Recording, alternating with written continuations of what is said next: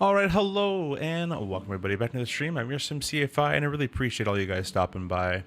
Today we're back in the Tfdi Md-11, one of my favorite airliners in this sim. This and the 727 have stolen my heart in Microsoft Flight Sim. The flight models are great, the systems are great, and what can I say? You guys should give it a try. I think you'll enjoy it. Today we're doing some FedEx operations in the Md-11 from Indianapolis over to Newark. And we should have enough time to do a return flight as well, so we'll go ahead and do that. Joining today, we got Leo. Welcome. Thanks for stopping by. He says he's first. Flights Enthusiast, hello. Welcome. How you enjoying GFX? Yoham says Phasmophobia later. I probably can. Girlfriend's coming over tonight, but I might be able to sneak away. But maybe I'll even show her the game while we're playing, actually. But yeah, I probably can. Maybe pretty late, though. Maybe like 10, 11. That was pretty fun yesterday for sure. Anyways, we're going to get GSX all boarded up here. This is the new GSX. I just updated it, so everything should be working properly. I'll get the sounds on for you guys as well, so you guys can hear those sounds. We're going to say request boarding. And yeah, you can attach the tug now as well. That didn't break last time. Both.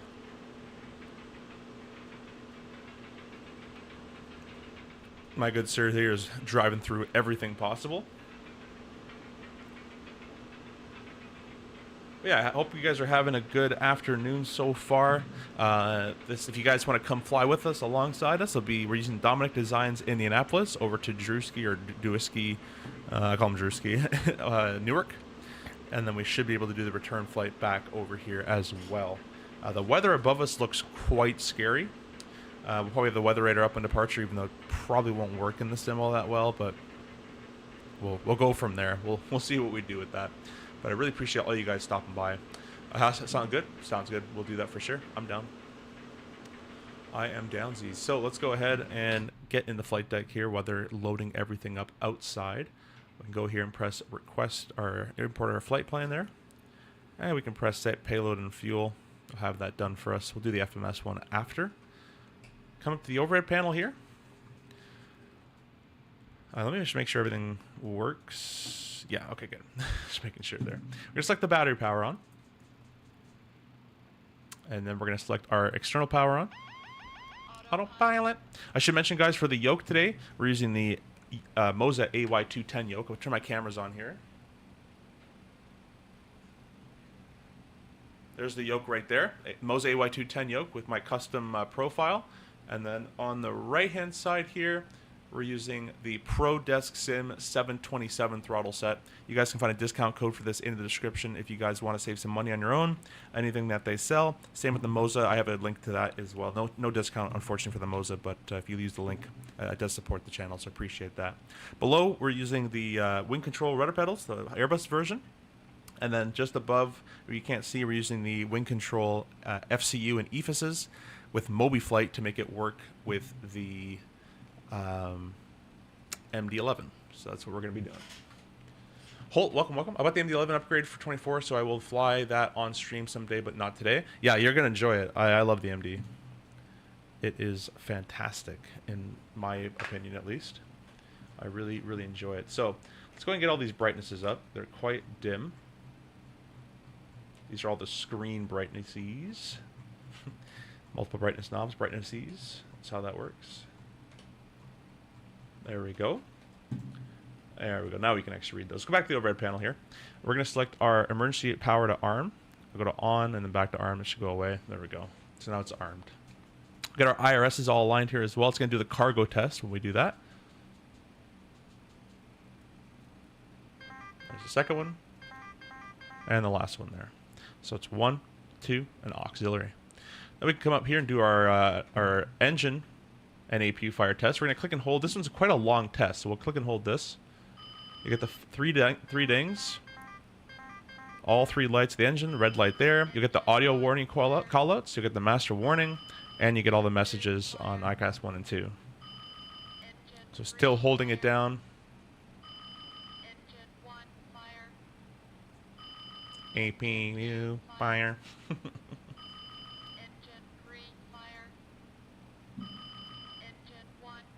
Oh, I thought it was APU fire, but I guess it doesn't. Anyways, that is all that completed. Aviation Bros, hello, welcome. Thanks for stopping by. Are you flying cross spawn tomorrow? Absolutely not. I can't sit. One thing, I'm reserve, so I can't dedicate that much time when I'm on reserve. But even if I wasn't on reserve, I would never, ever sit at a desk or even have my computer running for that long in a game.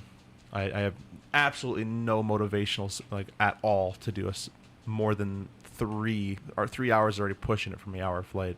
That's just me. If they allowed the Concorde, I would do it, but they don't. So I'm good. If I can't enjoy the destination, I ain't flying for more than an hour and a half.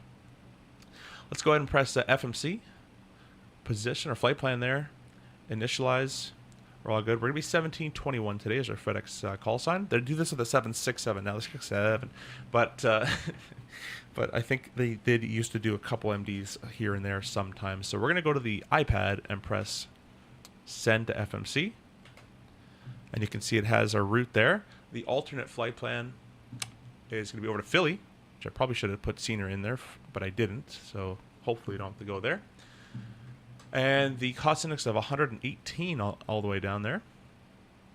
It ditched my flight number. I'll re-enter that in. Go away. 1721. I forgot who told me that that's just GSX somehow in the background. Of course, GSX is giving me more problems on the click spots. But anyways, 350. Put that there. Now this is very simple, guys. We're going to press next page. You're going to click your block fuel, as long as it matches the flight plan there and it matches what you actually have on board, which it usually does. Takeoff gross weight fills in your 0 fuel weight. Takeoff CG, 0 fuel weight CG. And this page is completed. It has your alternate fuel, has all the extra time. Everything's all put in here nice and simply. We'll go next page. Don't need this page at all. You're going to click flight plan, click Indianapolis, click SID. And we're going to be doing the Mario 5 departure into Indy, or out of Indy. Quickly load that up on my Navigraph here. The weather, it's, let's see, it's a bit below IFR weather today. So it's 280 at 15 knots, 1.5 mile viz. Runway 5 left is showing a 2,200 to 6,000 feet RVR. Heavy rain. Broken cumulonimbus clouds at 4,500 feet, broken 5,500 feet, overcast 7,000 feet, but at least the temperature dew point spread's kind of far away, and our altimeter of 2975. We'll just press the B button, close enough, and we will do that for ourselves. So let's go ahead. Let me show you guys this real quick. I don't know if you guys have ever seen this before.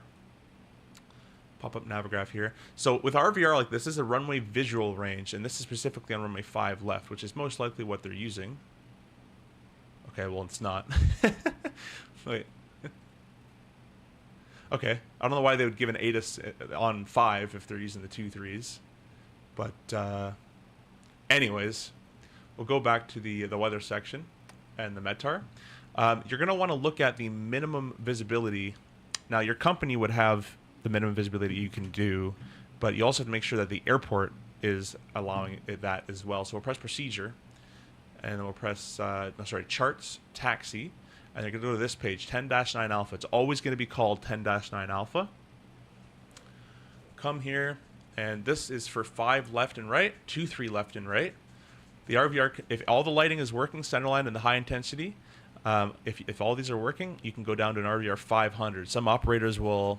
So that's what the airport allows you to go to, and now you have to go to your company SOPs and see if you're actually allowed to do that with your airplane and ratings and all that kind of stuff. So we'll say we're good down to 5 in the sim world. So we're at 2,200 feet of visibility right now, prevailing up to 6. So we're above 500, which is more than that. You can see as the lights start to fail, the visibility requirements get higher. So anyways, that's a little piece if you guys wanted how we determine that kind of stuff. But we're going to do the Mario 5. That'll be runway, what is it? Probably 2-3 left. Let's give it a quick look-see here. 2-3 left is close enough. It's 10,000 feet, so I'm happy with 2-3 left. All runways private rail only. Nope. 2-3 left. Turbojets only. Yep. DME required. Yep. Climate heading at 230. DME of 2.3. And then on a sign heading of 210, 230, or 245, maintain 5,000 feet. So what we're going to go ahead and do, put that away for you guys. We're going to put in here. Oh, it looks like my...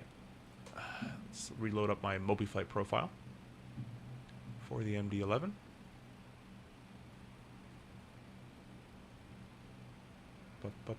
And go, and go. There we go. So we're going to put in 5,000 feet in our altitude preselector as the SID described. And then initial heading of 230 as the SID described.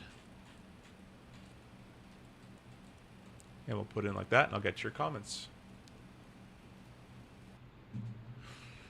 No Concord on CTP equal bad event. Exactly. That's my opinion exactly. Pop, hello. Welcome. Thanks so much for stopping by. I hope you're doing well. You can see the visibility is slightly dropping here as we're loading on up. That's okay. Let's continue on. So we're going to go down here, and we'll select the Mario 5. It'll be my 23 left. And the it'll be the BDOC transition, the only one we have. And we'll press Insert. We're going to go all the way down to Newark. Star, and in the star land, let me bring up the charts again. Let's see what Newark is showing down over there. So Newark says 8 gusts and 18, 10 mile viz. So it's VFR down over there in Newark. Let's check the TAF and expect it to stay VFR basically till tonight, or actually the next day. But so tomorrow will be not too well, but for today it'll be all fine. So we should be planning a looks like the 22 left, 29, most likely 22 left for our arrival on the Willemsport 3. I've actually flown this arrival before in real world. Just a straight line. It's not that bad of an arrival, and they vector you on for 22 left. So that's about it. We can go ahead and go to approach. 22 left. We'll go ahead and mark that down for now, and we'll go ahead and put it in our box here. So it'll be the Willemsport 3. It's under a different name. Let me find real quick what it's called here. The FQM3 is that one right there, and it will be runway ILS 22 left. Most likely this, yep, the only option, transition of SLT. We'll go ahead and insert that. That part's all been filled up. We'll go to our takeoff performance page here. We'll go back to the iPad, select performance, Indianapolis. We're off 23 left. Get information. Get takeoff. The PAX, no NTS required. Optimum is fine.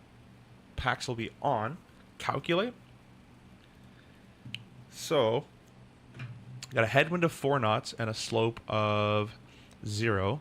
34, 55, 67. Flex of 59 with a flap 15 takeoff. So let's go ahead and plug that all in there. So, flap 15. Flex of 59. The PAX will be on.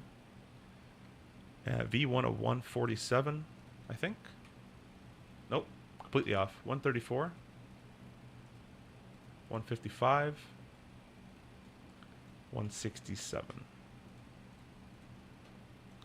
Put that in there. Slope of, 0/4 can go in there. The outside air temperature in Celsius is 19 degrees Celsius, so you can put 19 C in there. And that's all done. That has been configured to be a stab of 6.6. We'll do that once the engines start, as I have no control over that right now, I don't believe. Yeah, no control over that. But we'll do that when the engine starts, so we'll be all good to go on that front as well. We'll press the secondary flight plan button. We'll press copy active in case something happens to our first flight plan, or we want to build a secondary for alternate, whatever you want to do. And you should be able to go to performance, and I would imagine there'd be some sort of like request wins type of thing here, but I could just put them in there manually, I guess. Let's see here. 282 at 30 knots. Oh, I should have did this actually. 35,000/282/32. Alrighty, so that now has it in its brain of kind of what the winds are doing. Temperature, I only have an IC deviation. I actually don't have a temperature, but I guess we can use this page here. 54. Go back here. Negative 54. Oh, that's an Indy. Wait a minute. 19. I assume that's in Indianapolis. There we go. And the winds here, 280 at 7.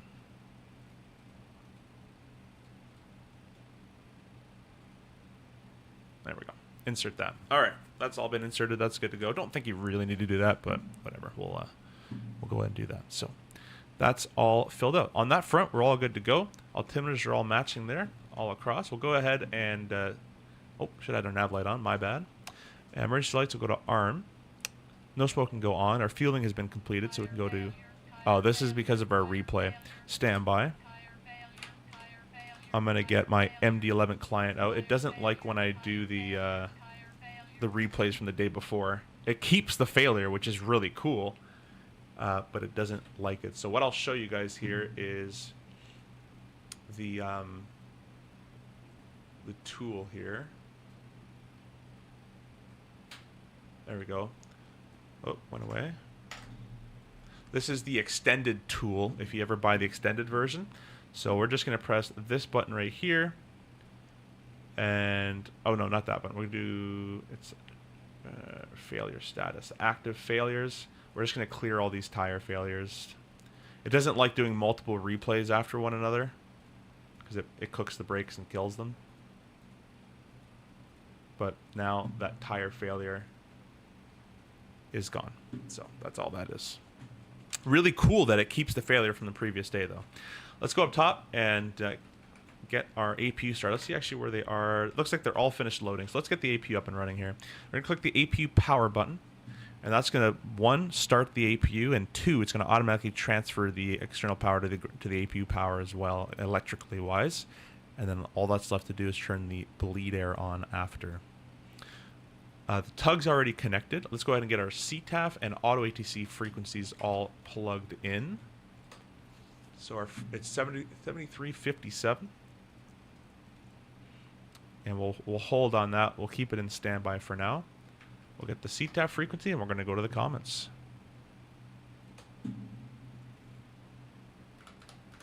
My first time flying at Indy in the sim. I've been here real world. Nothing special. Bunch of pavement. Look at the rain. Beautiful. David Vega, hello, welcome. Low vis going to be nice. Not gonna lie, yeah, we should be able to have time to do the return leg as well. Sorry for missing these comments here. Stopping by with the like. Thanks so much, HD. Thank you, appreciate you. Hope your day's going well. The questions are actually quite useful though. They are. Is it usually there or no? I've never seen request wins in the TFDI. I could be doing it wrong, but I've never seen it. Aviation Bro says, I really want TFDI 717. I do as well. I had that in P3D, and I really enjoyed it. We've been missing that 717 for so long, and I know TFDI would do a great job. Yeah, I think they're just, I don't know why. Maybe they're just trying to get the MD like really solid, even though I think it's solid, but maybe there's stuff behind the scenes they're trying to do. Hawaiian IRL ops, here we go. Yeah, with the 7-1. Yeah. Hello, doing a 12-hour long haul from SFO to Rome, about to push back. You're insane, my friend. You're insane. Have fun. Prepare for pushback. Let's take a look at the good old Navigraph to see if there's anybody around us. Looks like there's one airplane on this entire airport other than me. And that's about it. There's no one even coming in here, so. Looks like a FedEx down there. What's that? Triple? Yeah, FedEx triple. Nice.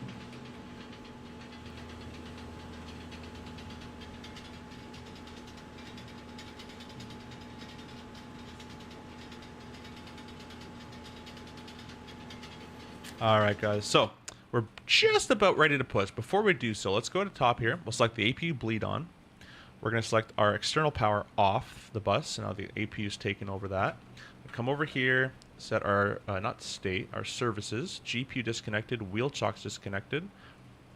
Oh, okay. They're going to push us now because the parking brake wasn't set. So we'll do quickly beacon on and transponder down here to exponder and altitude reporting. And we're good. Just in time. I said nose left, I'm pretty sure. There we go. Alrighty. Thanks, GeoSex. Appreciate you. Indy traffic, it's FedEx 1721 pushing, facing southeast. We're in the southeast cargo area, 0.5.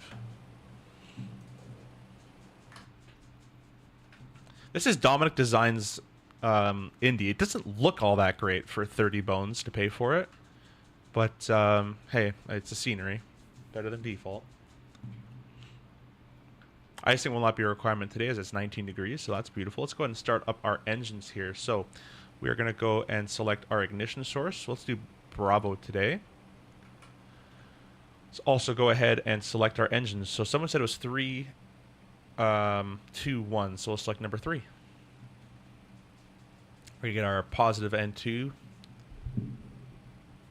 Put the sounds up for you guys here.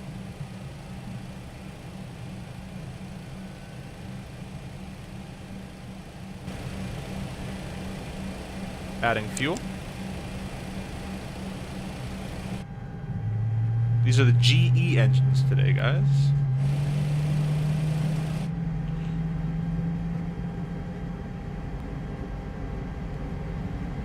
The TFDI team has 2 planes they're working on at the moment. We've not yet disclosed. We have not yet disclosed what they are. Do you work for TFDI? If so, great job on this airplane, and hopefully it's a CRJ 900. I will definitely help with that if it is. How does one even handle 6-hour flights? I don't know. At least in real life, you're paid for it, right? Dominic sceneries are crap. Oh, not many are good. I wish. Yeah, you see, I should always text you. It was at 3 a.m. that I decided to do this flight. A scenery must be better than none of it all. Exactly. Exactly. At least it gives me a cargo hub for FedEx. Starting 2. The sounds, the only thing that I could fix in this airplane is just the sounds. That's the only thing I would touch. Yeah, you can do graphical updates in here or whatever. I guess auto brake should be RTO at this point. But the sounds are the only thing I would touch. And obviously in real world they're probably fine, but like I just want those unrealistic chorusy sounds because they just sound good.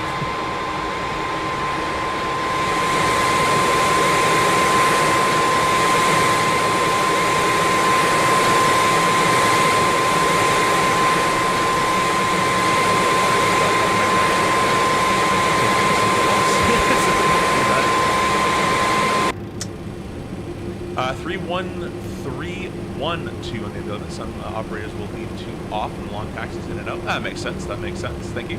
My trick for handling 6-hour flights is not doing it on VATSIM, therefore I don't have to be present all the time. I can just cruise and leave my sim alone. Yeah, but then without VATSIM, it's kind of boring,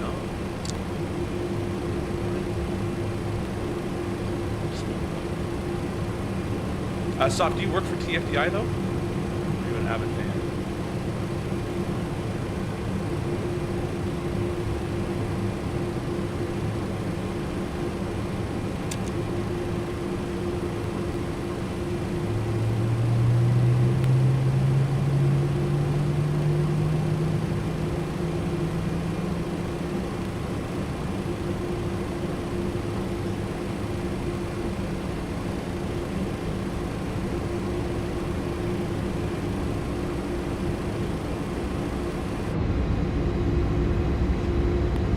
The way that model looks in the engine, really well done, better than PVG.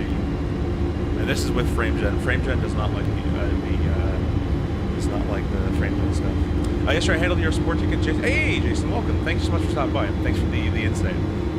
If I can please request one thing, is please make a TFDI CRJ.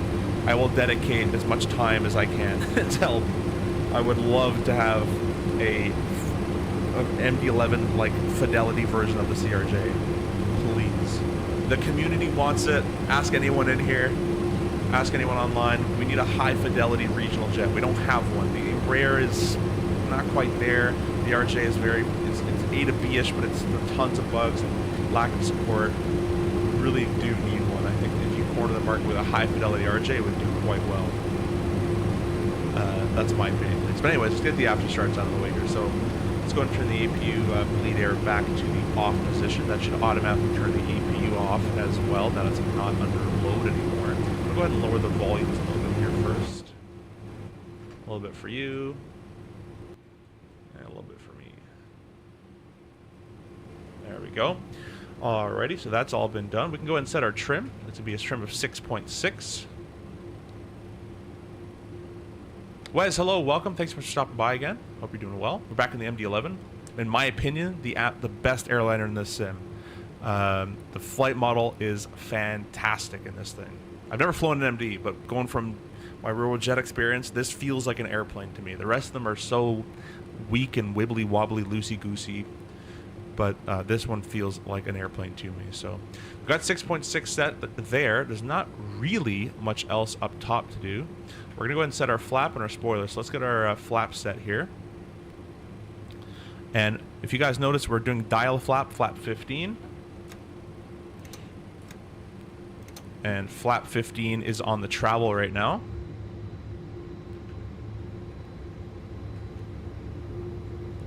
CRJ would be cool. I'm not fully read in on the dev pipeline. Happy to share that with the crew. Yeah, please. If just bring it up as a talking point. We really need a high fidelity regional jet. I know there's an Embraer in the works by Flight FX, which is going to be probably a very cool option, but we don't really have one right now. And I would love to help with it if you need the help with it. You know, I can't send documents like company documents, but I can help with flight model and stuff like that, and give you pictures of throttles for modeling or anything you guys need something on. Anyways, that's been set. We'll go ahead and set our spoilers. And let's get config. And we'll go ahead and do our flight control check here. So we're going to go full left, nice and slow. I love the animation of that. Full right. Full down. That'd be nice. I'm already loving the RJ as it is. TFDI quality would be awesome. That's what I'm saying, Cal. That's what I'm saying. ERJ 145 would be cool, though, alongside the CRJ. It would be cool to have the two options, for sure. Let's go to the engine page. That is it. We can go ahead and arm performance, auto flight, and nav. So we have LNAV basically armed, VNAV basically armed. That's what that basically means. And our auto thrust take is armed for our takeoff as well. Let's go ahead and I'm going to turn terrain off. Let's put traffic on. Your airport plan. We are TCAS. That's kind of cool. It's like a TCAS screen. Back to map. It's probably down here, isn't it? Yeah, so we'll click that. We'll get to the runway. We'll go ahead and click that a bit later. And apparently the tilt function actually works now, which is kind of cool. Go ahead and do the park and brake off. This airplane is a little heavy sometimes to get moving, so I'll just put a little bit of thrust in there. She should start to go.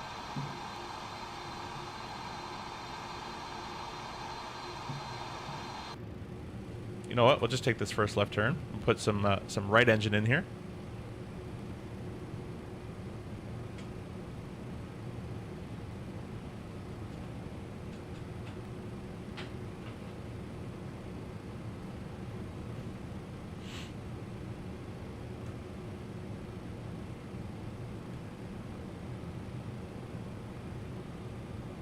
Indy traffic, it's correction, FedEx 1721, taxiing runway 23 left via Delta. Let's go ahead and throw our taxi light on.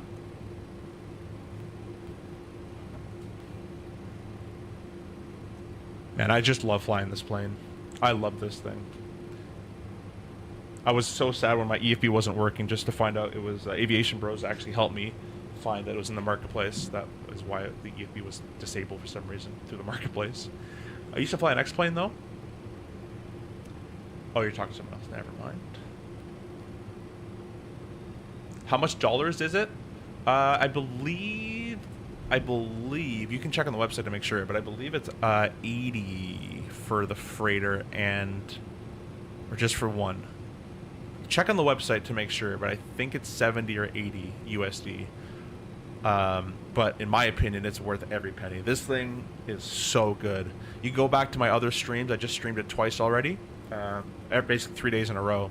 It is so good. It's been good for a long time. Like even in 2020, I liked it, and in P3D, I had it as well. I had their 717 before. I enjoy all their products. So very underrated dev team, in my opinion, and a very underrated and underutilized airplane. Everyone thinks this airplane is very hard to fly. Hand flying can be more of a challenge than your Airbus or whatever, just because it's a bit bigger, so you gotta get used to it. But the actual operation of the airplane is super simple. There's so much automation in this airplane. Is it for PS5? No, it's only on... I mean, I'm going to say I don't think so, but I'm pretty sure no. It's only on PC. We'll go ahead and limit some of these brightness, lower some of these brightnesses just a little bit here.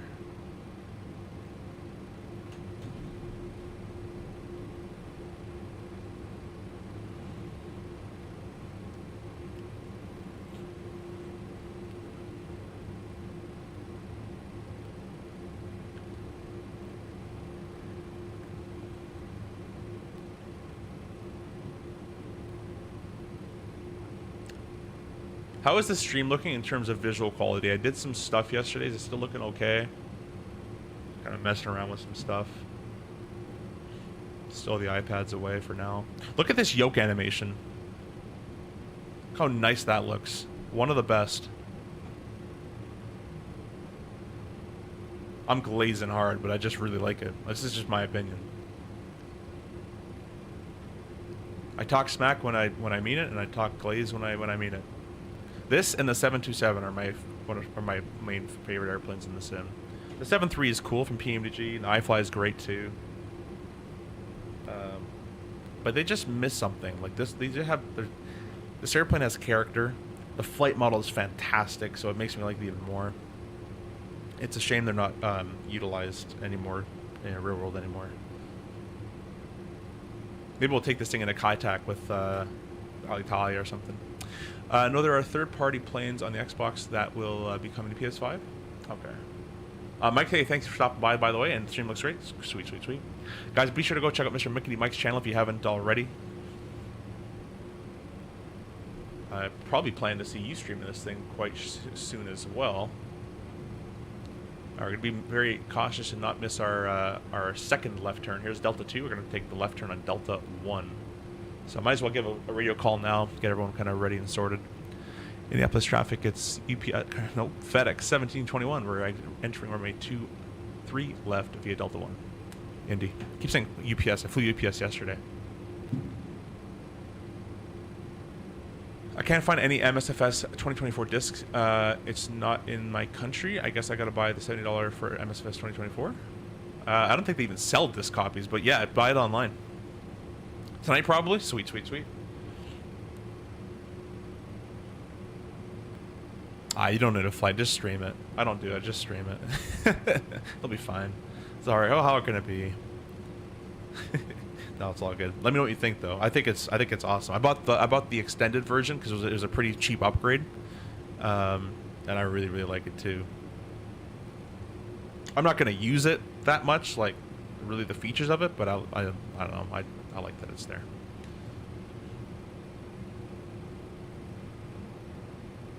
Something to keep in mind, guys, when you're taxiing this airplane, the nose gear is quite far behind your seat, so don't be afraid to overextend yourselves on those turns.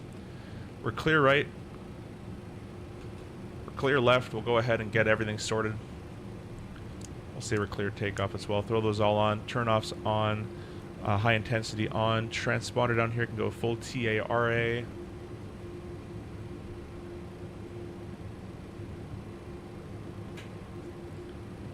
And we're going to start our turnaround now.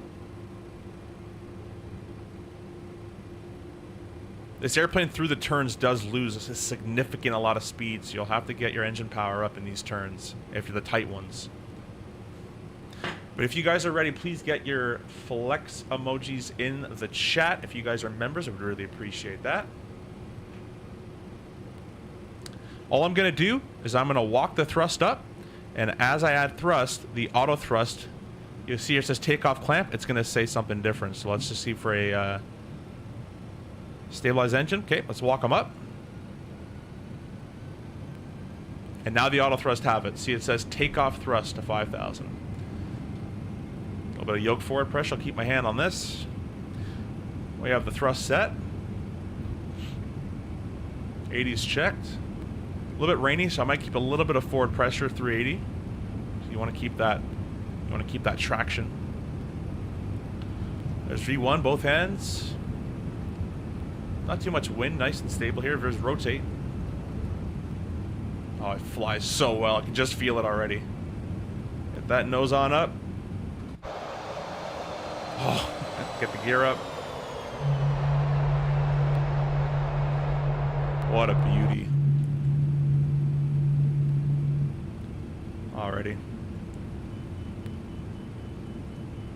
Just gonna follow these flight directors here. Nice and smooth on the controls. It's a big airplane, so you want to be ahead of it and just make nice calculated decisions if you can on the yoke. I'm just holding up the pressure instead of doing kind of like that. Just kind of hold or trim it out if you need. Do one notch there. Let's increase our scale a little bit here. Gonna come down our FMS down here as well, and we're gonna go ahead and do direct Mario. I've also given myself a little bit higher. There's no one here to give me ATC, so I'm just going to bring ourselves to the cruise altitude. I think it was 350. There we go. Going to pitch down nice and slow and over to the left to get to direct Mario. No rush in these big airplanes, especially with no ATC. We'll be A-okay. Going to start pitching down now, and that's going to keep our get our airspeed to accelerate here. That's going to require some nose trim down. That's going to get those stabilators all set again. Flap 0.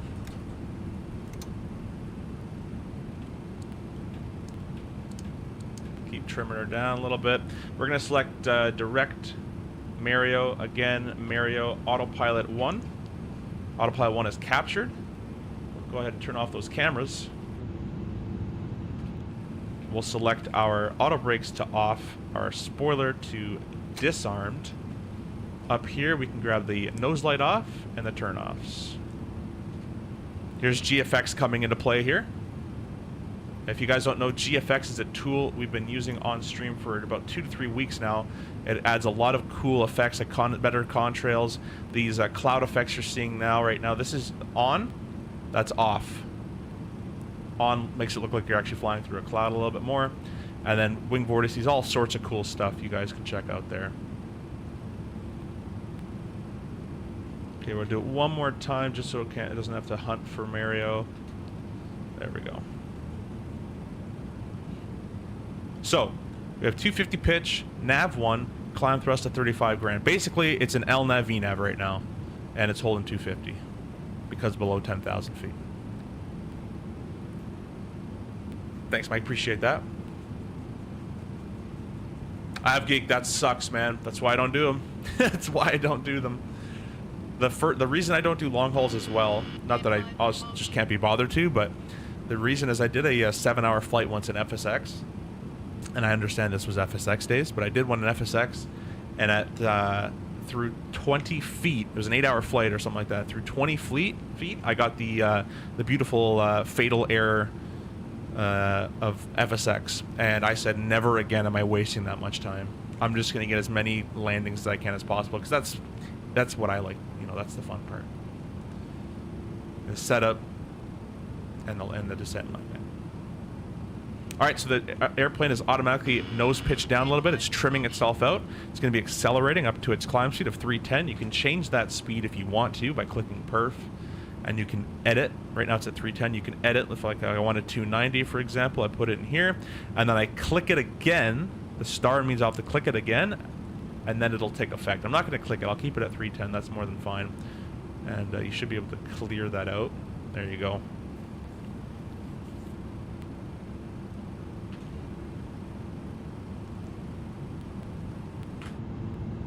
Look at that. That's all GFX. Again, let me turn GFX off. Okay, and of course we come out of the cloud. We're about to go to a new one. So GFX off, GFX on. Really well done. It looks a little bad in external mode, kind of, but inside it looks amazing. Now we probably need some anti-icing going on here. Actually, no, we're still at TATA 15. We're still fine. We're gonna wait for the belts till we're out of the soup here. We're through 10,000. We'll get these lights off here. Don't need those anymore. Get a little bit higher, and then we'll throw the belts off. Wing fade's such a baddie. What are your settings for DS? I didn't touch them. I just left them like this. I left them all default. So we have 1. Everything is turned on. And 1 down here. And then obviously I don't have cinematic mode on. It's off right now.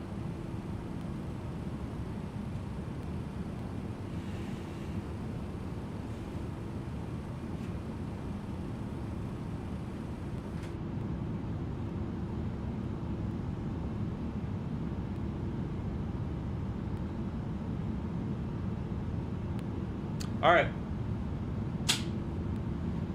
I made a pizza before this stream. I'm just gonna go cut it up and grab it, but I'll be right back in the next maybe 3 minutes or so. We'll grab the belts to auto. Although that's probably gonna be bumpy anyways, but whatever. And I'll give you guys some beautiful chase plane views of this gorgeous aircraft, and we'll be back in a little bit. Let me lower the volume for you. We'll be back just in a little bit.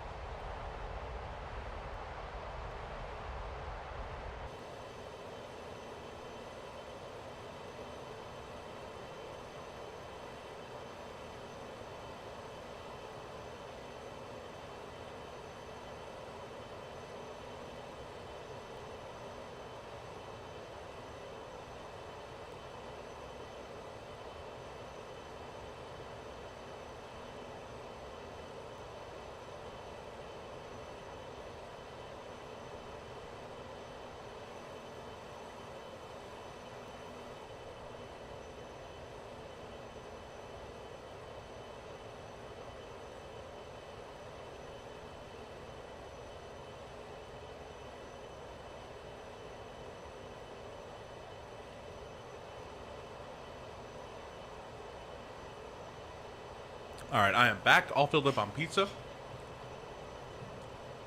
You still use auto FPS? I do. I do. Can we record the landing and try out the different settings of GFX? We sure can. The one in Newark will not be a replay. It'll be the one back in Indianapolis, though. I'm going to take a cut here.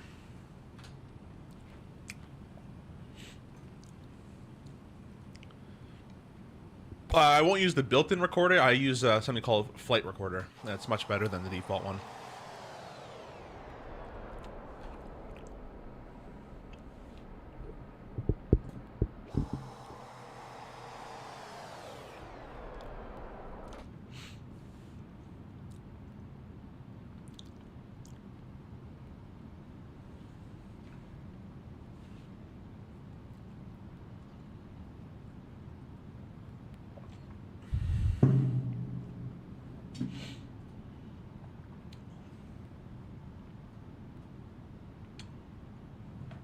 You know what? I'm gonna give myself even more of a cut. This ain't no real life. Alright, autopilot is engaged, that's fine. Sometimes it doesn't like when you give it a direct. I'm just gonna hold a nice constant pressure. Technically, legally, I should not be. Oh no, I can fly up here. Yeah, it's 27,000. I can't fly above 29. Let's get it back on the flight director. Get it all nice and trimmed. We're gonna select autopilot 1. There you go. Sometimes it does that. I don't know if that's a real thing or a sim thing. I would like to think that was a sim thing or a real thing that they coded in.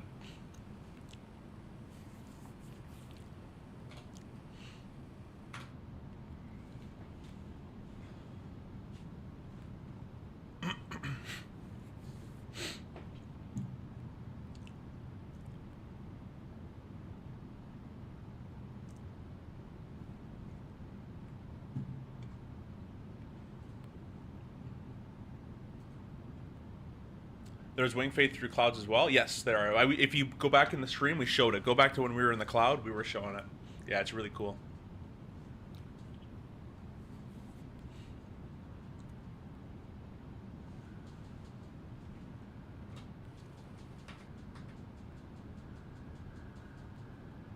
Let's see if anybody remembers from yesterday. I hope you do if you were there. What is that massive gaping hole?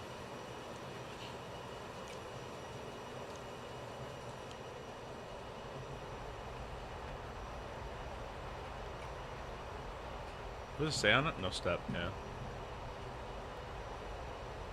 That's a good wing flex they got going on. I didn't think these wings flex this much, but they do.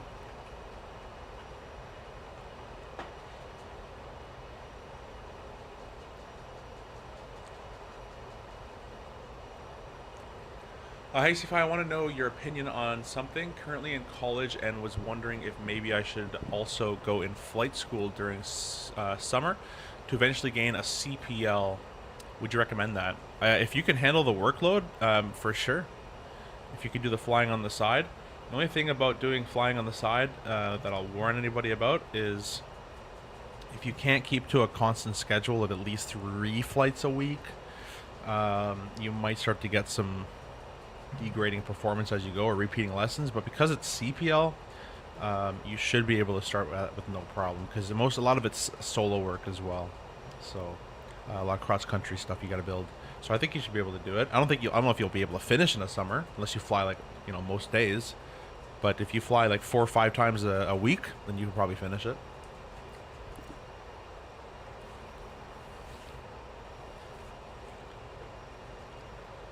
But if it's going to be one of those start training, stop training till the school starts again, then start training again, I would just wait, unless you can just do CPL during school as well, because stuff you learn in the summer to get to the next summer, next break, you'll be pretty rusty on. That's my opinion, though.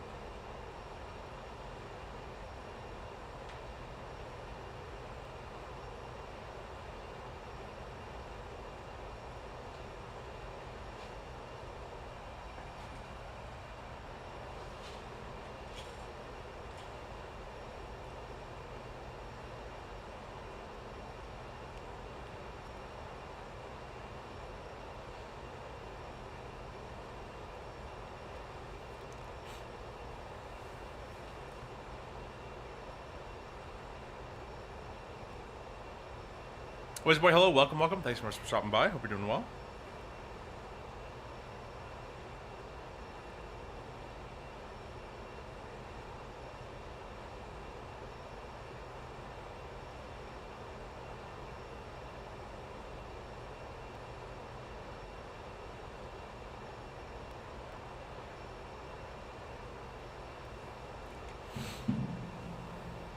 Just order the AB6. Is it worth the money?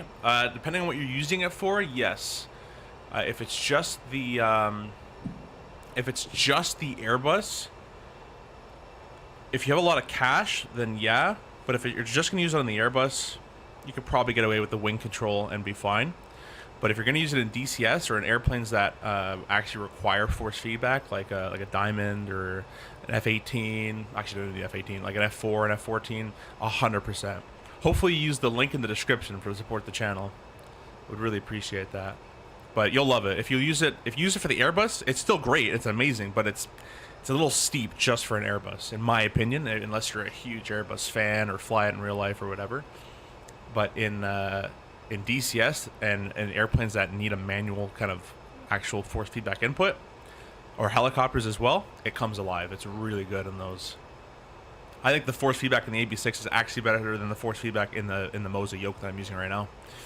But yeah.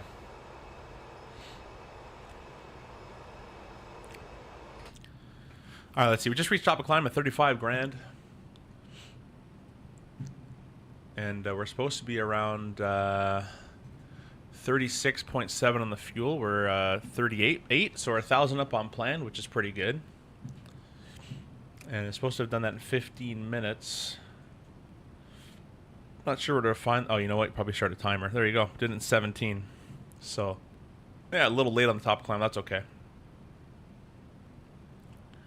Everything's going to plan.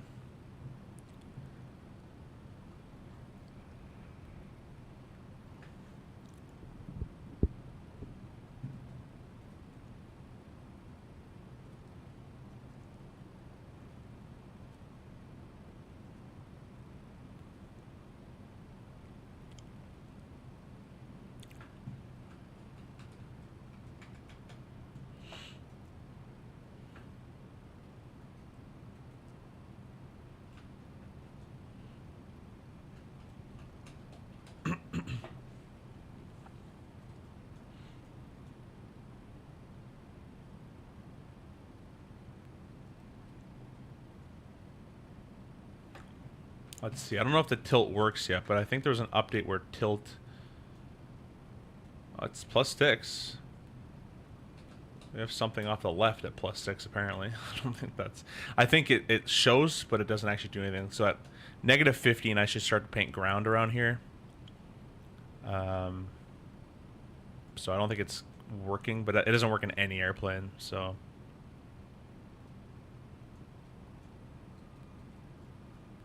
Turn it back to terrain.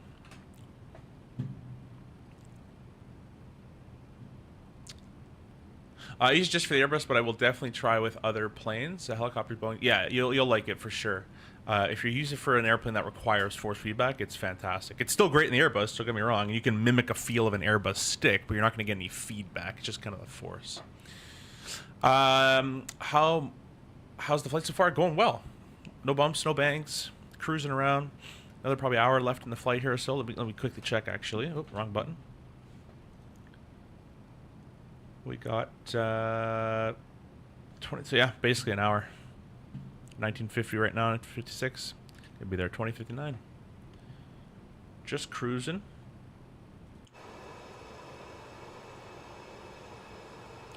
Yeah, I've seen Mentor Pilot. I like his stuff. I don't know Green Dot. Oh, maybe I do know Green Dot Aviation, but I know Mentor a lot more. Yeah, that stuff's okay. I used to watch him more like when I was a kid, like, or younger, like 16, 17, but I don't really watch that stuff anymore, to be honest.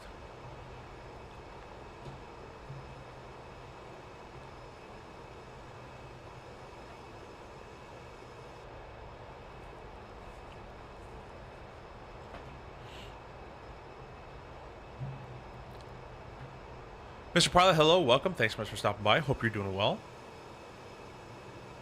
We're in the best airliner that Microsoft Flight Sim has to offer. The MD-11. That's my opinion, at least.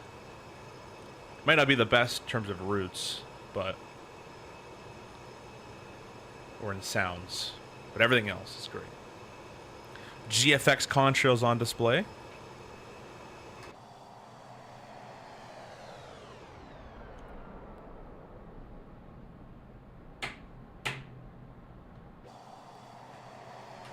It's pretty quiet.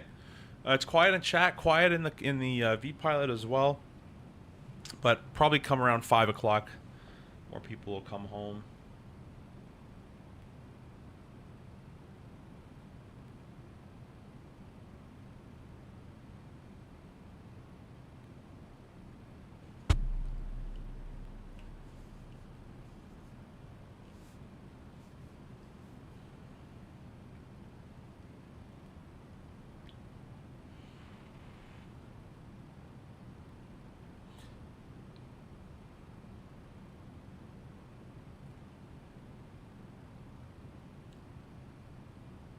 Ooh, some screenshots from Just Flight on the F100 looks pretty cool.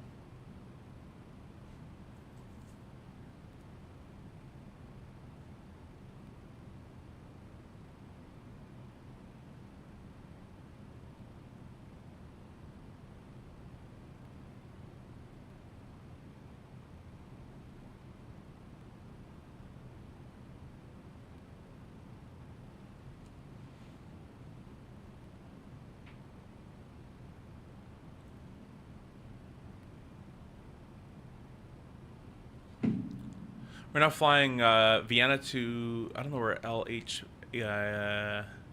BP is, with the Phoenix. Nice. How long is that one? Isn't it still grounded in real life? It is. It is. I'm not saying world's greatest airliner in real life. I'm saying world's greatest airliner in the sim. In my opinion, if you compile all the textures, the ease of download, the systems, the extended features, if you buy like the maintenance and all that kind of stuff, and the star of the show, the flight model on top of all that, this is by far the most realistic plane in my opinion. Aside from the FS Labs like systems, because the FS Labs goes quite in depth, but I'm talking about realistic in terms of the way it flies, primarily, and its flight model is fantastic. You could put an input into the yoke without being flipped over. It doesn't suffer from the Microsoft Flight Sim ground effect that sends airplanes to the moon at idle thrust. It just flies so well. It does what you, like, from my experience flying a jet, not as heavy as this, but from a jet experience in real life, when I put an input in, I'm expecting a certain result. And this and the 727 are really the only planes that give me the result that I would expect to see. The other ones are way too twitchy, in my opinion. Could be the wrong profile, but after simming for 12 years and making profiles for a bunch of sims and stuff, you kind of get used to what should be happening and where you should be setting. But that's just me. That's my opinion. This plane's great. The 727 is great too. A really, really slept on airplane is the 727. Boeing Aviation, hello, welcome, welcome. Thanks for stopping by. You ever been in Europe? Real life, no. No, one day we'll get there. How's yours off CRJ? In 2024, it's a disaster. I wouldn't touch that with a 10-foot pole. If you don't own it, I would say wait. If you own it, do what you like. Fly it if you enjoy it. But there's so many bugs that it just... and I just can... There's a lot of things that I can see that probably most people won't see, just from like me flying it in real world to the sim. But there's so many problems, even ones that like you try to go direct with the legs page, which is our SOP, is we go direct with legs page. That doesn't work properly. You go to the direct intercept page on an RNAV SID, you want to go direct and you use the direct intercept page, that will delete a waypoint on your SID, so that doesn't work correctly. The FMS isn't sequenced properly. If you're loading an approach and sequencing waypoints does not work properly. What else does it not do? The flight model's off. The VREF calculator is always wrong. It's never been right for years, and I've mentioned that.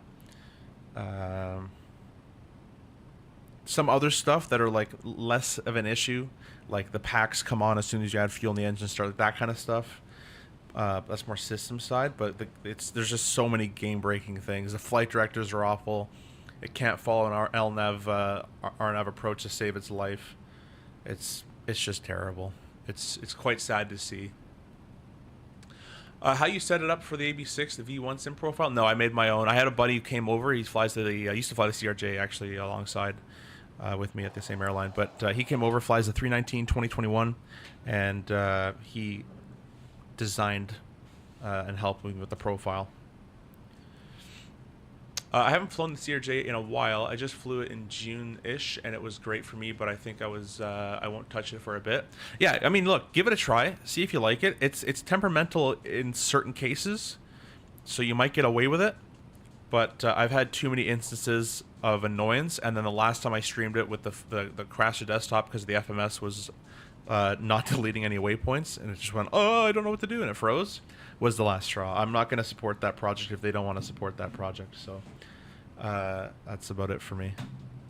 I'd love to fly it, as you guys know, and I love making videos on it, but I'm stopping the tutorial series until they can fix it, because there's no point to give a tutorial on something that I gotta be, well, that's a bug and it won't do that, and this is a bug and it shouldn't do this, it should actually do that, but don't worry about that, and this is a bug here, so I'm not gonna, that'll be a mess. So I'm gonna wait till, if it ever comes out, a real good update and or maybe a completely new CRJ from someone else, hopefully, and I'll make the tutorial series on that. But for the time being, I still have 30 videos or so, or maybe even more on the CRJ that are tutorial based, tons of stuff like go-arounds and all sorts of different things, so you guys can watch, and it's still there. It's all the same information. It may not just be presented as well as I can probably make it now, as I've learned a couple new tricks and things with editing, but it's all there.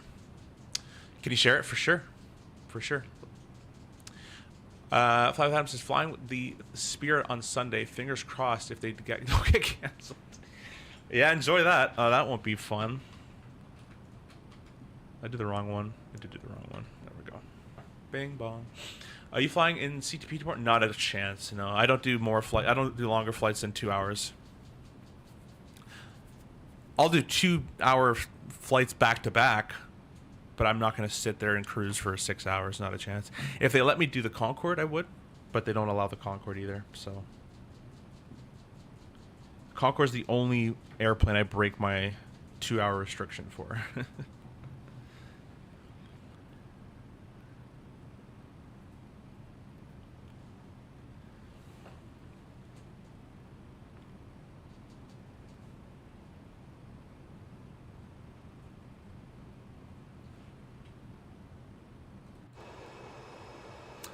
Will GFX purchase guarantee future updates? Well, nothing's guaranteed, but I would like to assume. I don't think they're just going to just drop the project.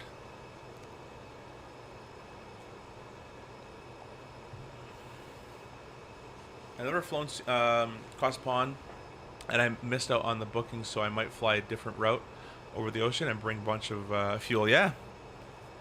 I think the wait times, though, I've heard the wait times will be like 2 to 3 hours if you don't have a slot.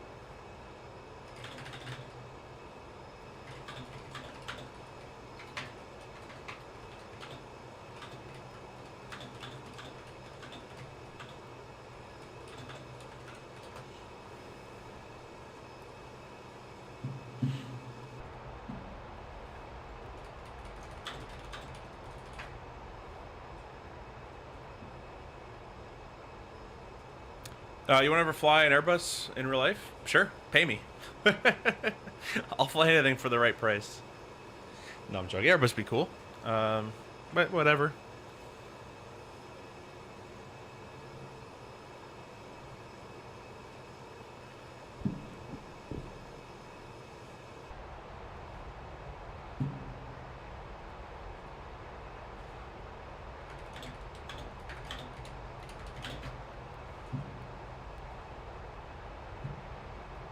Guys, if you guys can do me a favor and go check out Tfdi Md-11F, he is live in the MD-11 as well. I'll post his link in my chat. Go click that link.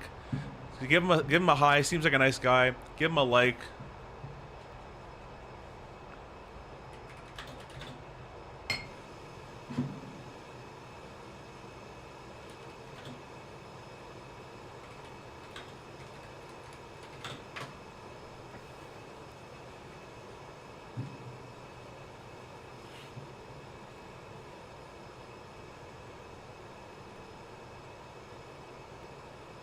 I might actually buy it with GFX. Oh yeah, man. I think you'll enjoy GFX. I think you'll really enjoy it.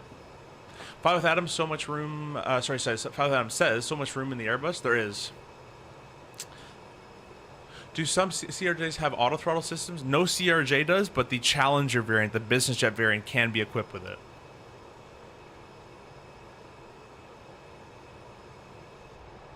Minute just land for who? I don't know what you mean by that.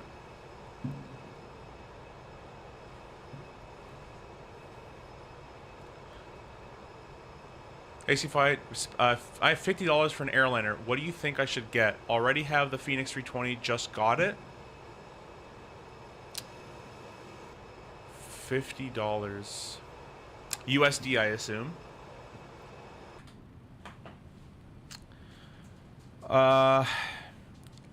So my brain wants to tell you the 727.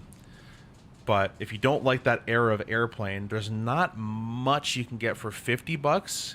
If your limit is 50 and you don't want to spend more than 50 and maybe in the future, you can consider buying the 737-600 from PMDG. That's a $35 airplane. You get a great PMDG quality of airplane for $37. I'd probably go that route. But if you think in a couple weeks you'll be able to spend 80, then that's a different option. But right now, for $50, the PMDG 37-600 would be a good option for you.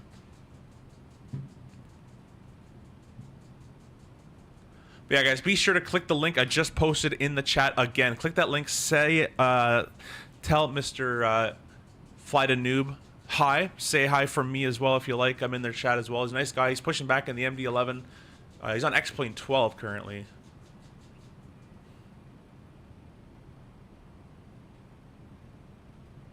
I want you guys to spam his chat. I want you guys to raid him. In a nice way, though.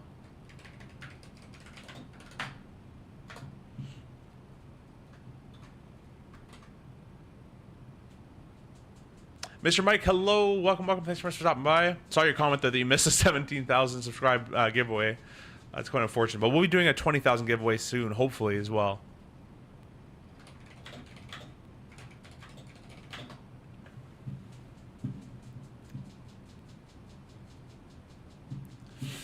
I'm just waiting for seeing some of the settings once we landed. I'm most curious about if we are able to tweak the thickness of wing vapor. The one from trailer seems too thick. So the trailer was made with quite an old version.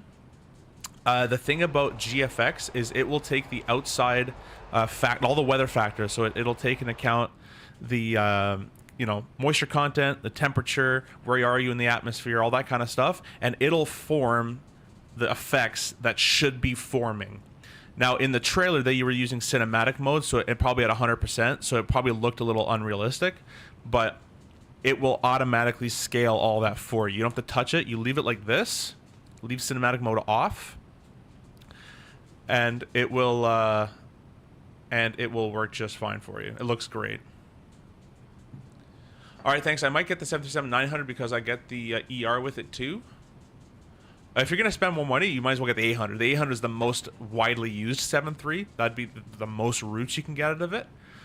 But if you that's more than $50, I'm pretty sure, though, if I'm not mistaken. So if you're spending more than 50, You might want to consider getting a heavy, like the Boeing triple. So you have a narrow body as your Phoenix, and then you have a heavy 777 or a heavy MD-11. The A350 is a good option for you as well. But I would probably, in your case, if you're going to spend more than 50, I'd get the 777, or I'd get this beautiful beast right here.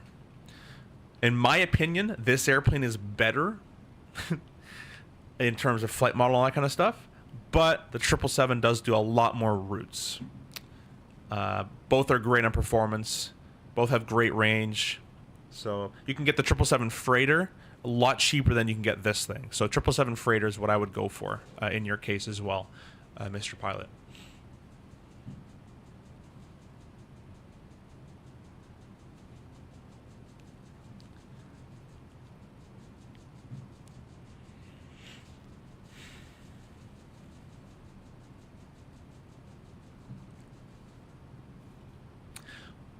For who I have to subscribe, I get the Ursa Minor. Oh, it's going to be Fly to Noob, I think his name is. It's a channel link in the description. Or in the chat, sorry, in the chat. Click that chat. Go watch his live. Seems like a nice guy. Just starting, looks like just starting on YouTube Lives. I got the Ursa Minor, but it's not enough for me. The Ursa Minor is great. It's probably the best budget stick you can buy. And on budgets, it doesn't feel budget, but it's just cheap because wing control is wing control. But it's a great option. My buddy who flies the Airbus, who helped me calibrate my Moza, tried the Ursa Minor as well and said for $70 this is fantastic. Obviously the Moza is gonna be better, but that's because it's $600. But yeah, Mike says I have like 1 month of training now for ATC. Oh, have fun with that. Hope you enjoy that. Big Mac, welcome. Thanks for stopping by. Good evening to you as well.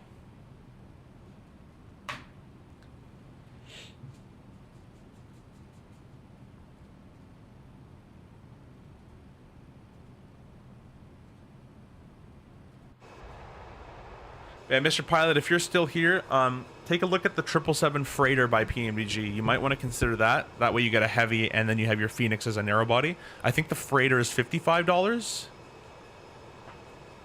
Do you have any promo code or affiliate link? Want to make some small contribution when I buy it? For GFX specifically, I don't.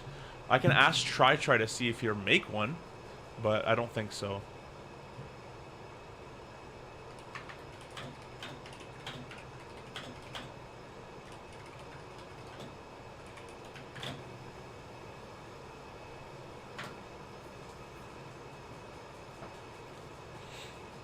Paul, welcome. So you say try SimGFX is a good worthy add-on? 100%. If you like, so it depends on yourself. Some people don't care about visuals. They just say in the flight deck, that's it, that's all. They don't care about it. If you like to see the better contrails, the wing vapors, the engine vortex or the engine condensation, all that stuff, for $15, it's a complete steal. You install it, it works. These are GFX contrails right now. See these contrails? That's all GFX. If I turn GFX off, that's Microsoft. So GFX in its brain, you see it says AI contrails. It's using AI to determine with your flight level and the moisture content of your flight level and your temperature, you should be getting contrails. So it produces the contrail. So it doesn't just do things willy-nilly. It has an actual brain saying when you should encounter these effects. I think it's very good, a complete steal for $15. Maybe you can fly Houston for my S2 for sure. I bought the scenery, so we can definitely go back in there with the UPS bird there. I'm gonna get the 777F for 54, only 4 above, so I'm good enough. Thanks for your help. No worries, Mr. Pilot. Yeah, I think that'll be a good option for you. If you need any help, let me know. The 777 is honestly like more automated than the Airbus in its systems for the most part. It's a very easy airplane to fly. You can use my streams to help or any tutorial video online. You'll have no problems with it. Hope you enjoy it.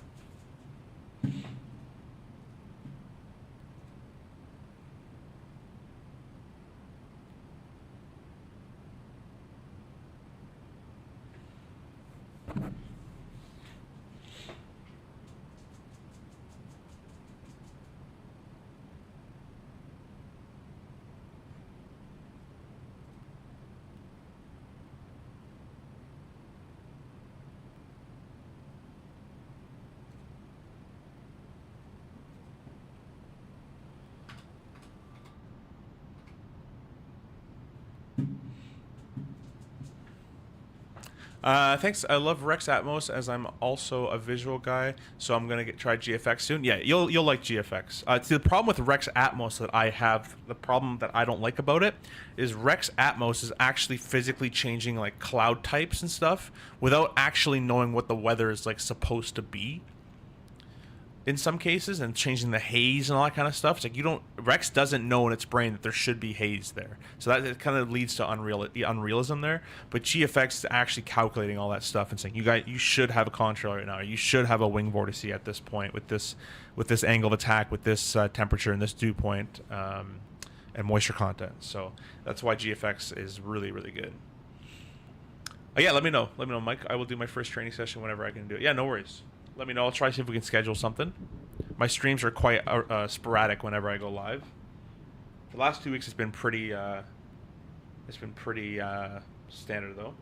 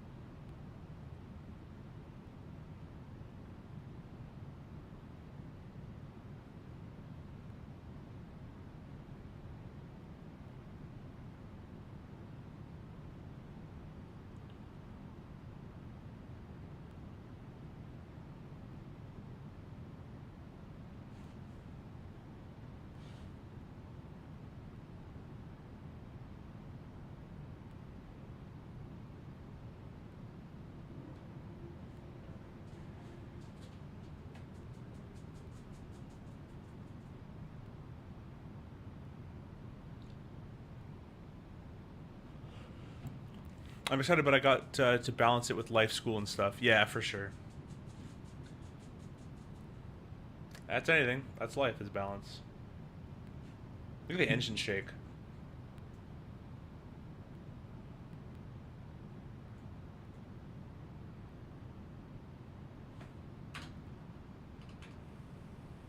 How much further we got here. Look, it's top of descent's coming up here shortly. We'll start planning our arrival around SLT. Maybe just prior.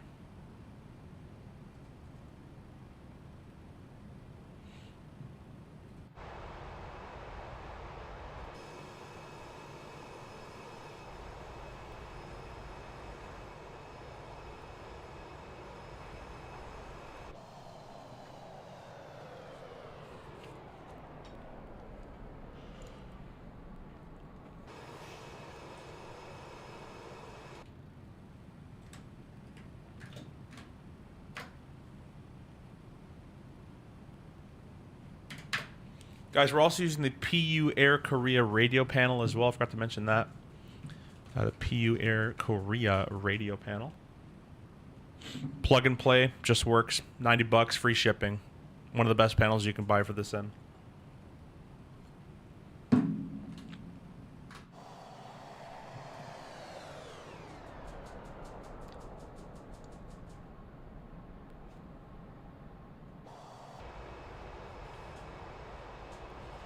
My name's Matt. M-A-T-T.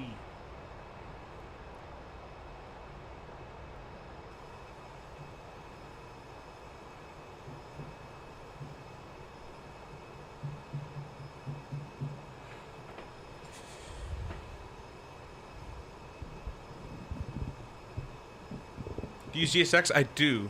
Mainly only for pushback when I'm off stream. And then on stream, I attempt to use it for the cargo loading, all that kind of stuff. But GSX is one of the most temperamental mods that we have in Flight Sim. It requires a lot of effort to make it work.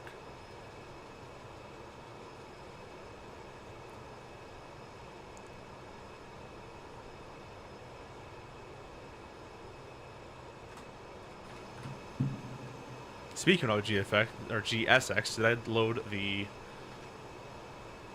Newark GSX profile? I think I did. Yes.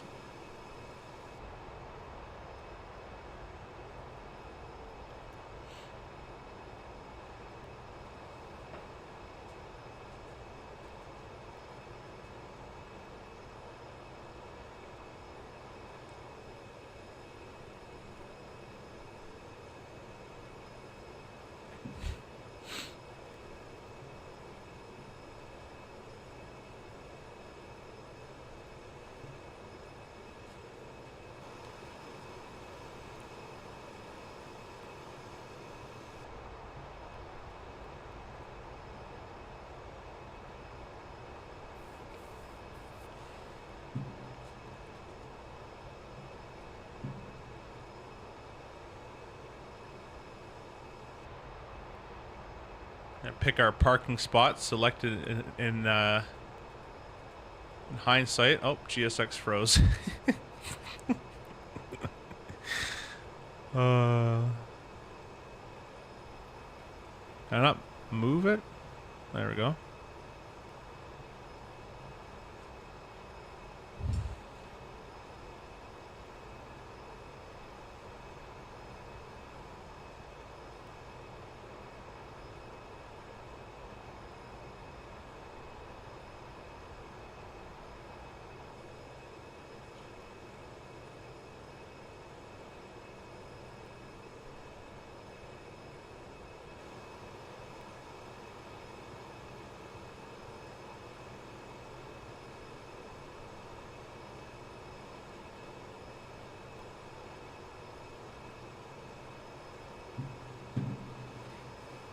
Actually, wait, bring that back up.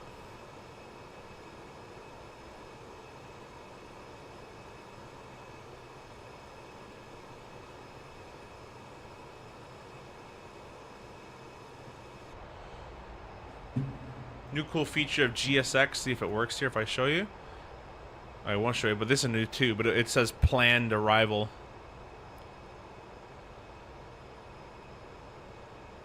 So I have the parking services all ready for us down over there.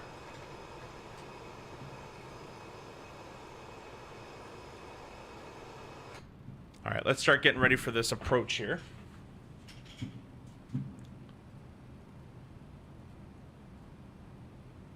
So we're gonna go ahead and show you that screen right there. We're gonna be descending via the Willemsport 3 from the state-run VOR. We'll follow all the restrictions as briefed here and as routed. We're going to self-vector ourselves to the left, no lower than 3,000 feet. Bring us around to 22 left. It'll be the visual approach backed up by the ILS 22 left. Locks will be auto-tuned. Page 11-4 effective 22nd of January. The final approach is 219. Buzzed at 15 will be visual either way. MDA will have 200 above set already. It's going to be visual regardless. The MSA from the SBJ VOR, and that's within 28 nautical miles, a little different than standard of the 25, is 3,100 feet. So just right there. And the SBJ VOR is off the screen. You can see here, SBJ is all the way over there, and that's the ring. It's kind of an interesting little, little way they have that laid out. 3-degree slope, Pappy's on the left, ALS have type 2 lighting. And the missed approach is going to be straight ahead of 500 feet, then a left climb, and then a climbing right-hand turn, 3,000 feet, basically away from New York. On heading at 225 and inbound on the ARD VOR radial 069 giggity to Kilma, ARD and hold. That's about it for that. 22 left, we're going to be exiting, probably exit near the end. If there's no one behind us, I'm going to exit right at the end. We'll do Victor just because it's high speed, and then we'll cross Victor 22 right and into our Alpha, into the gate. We're going to be parking over here at ramp 3, at gate parking 3. If there is someone behind, we'll make the first right turn, whatever we can do. Probably pop it 2. That's what we're going to work with there. We'll run some numbers here. Press perf. EWR, 22 left. Get the weather. Get the weight. Minimum auto brake. We're using 5,600 feet out of 8,500 feet.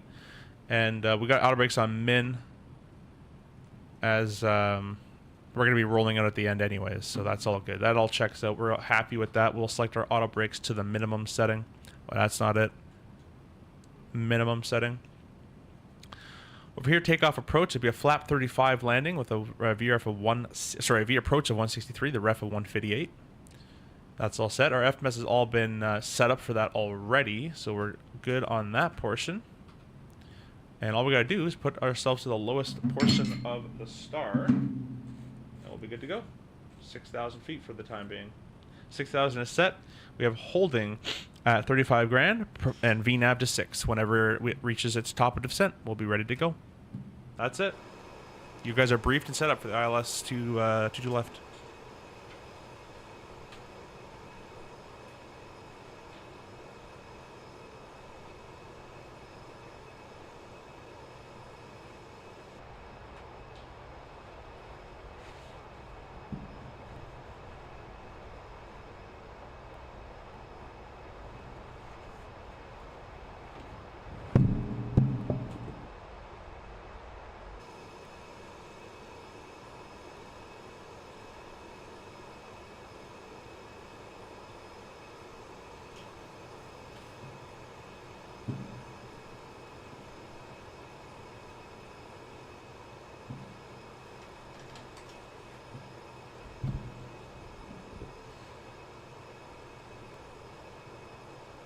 We have London ground online, which is interesting. Syracuse ground is online. That's weird too. Bradley Approach. All these weird places are online today.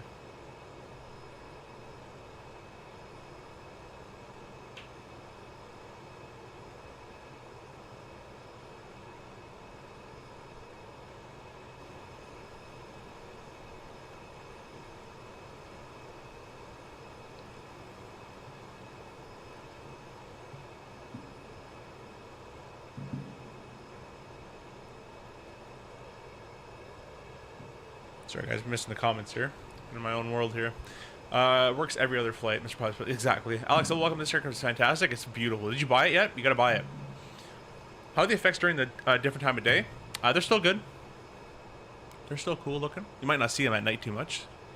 The really cool one is at nighttime in a descent with the landing lights on, with the clouds, if you're in a cloud rushing through by, that looks very real. Do you use FS Realistic? I don't. I don't because I just don't really care about it. You ever moved a side stick for real? No. In an Airbus? No.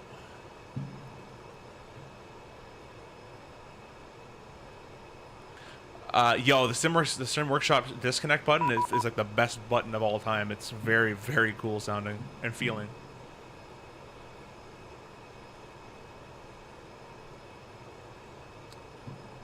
They want Cross and Hate at 19 grand.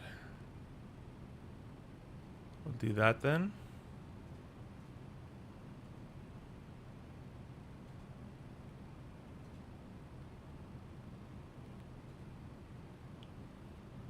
Hate at 19. It's moved my top of descent. It's coming up here very quickly. This airplane's a brick. It can fall out of the air pretty easily. A little bit of bumps they're battling here.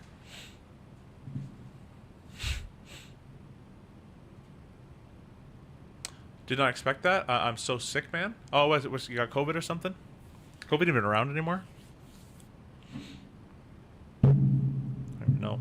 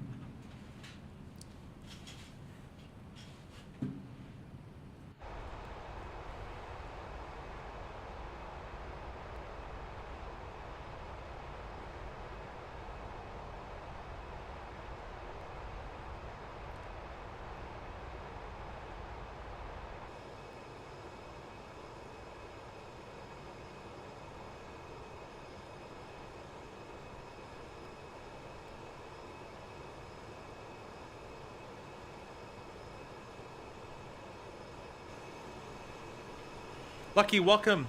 Hope you're doing well. Thanks for stopping by. Thanks for donating your 737 Protest Sim overhead panel as well. I'm sure that's very nice of you to do, and I'm sure Burke will enjoy it.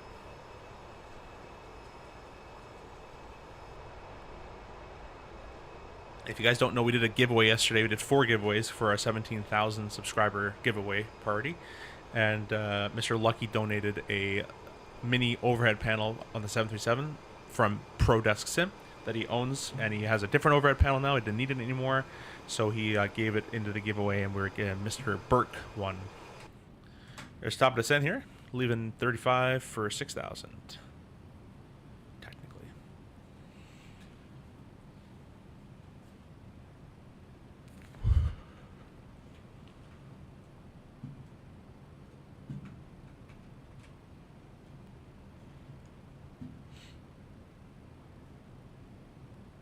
Nice. Goes in the mail tomorrow. Sweet. Yeah, I really appreciate. That's awesome of you to do. So thank you for that.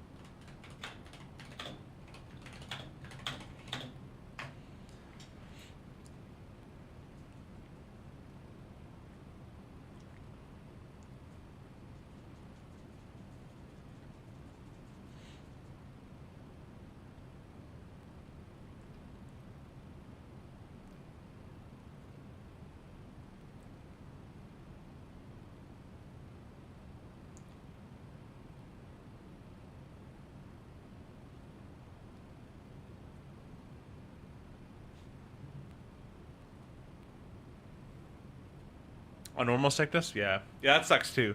But a couple days probably be out of it. You just get the flights in a bit more.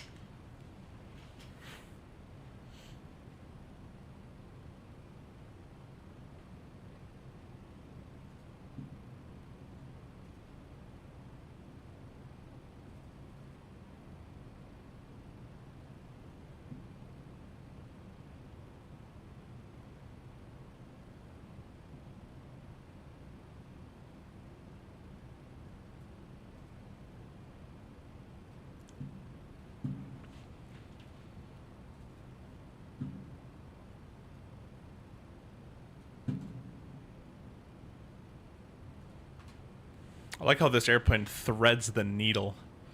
Look at that. Does it very well.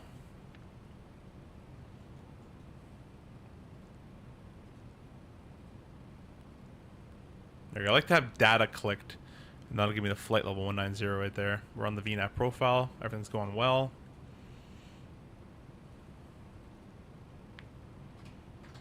Let me get New York Center, or New York CTAP all ready to go.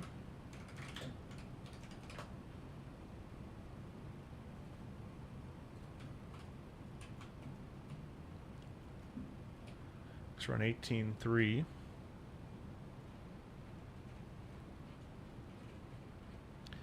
I'm using the PUR Korea panel to adjust this right now.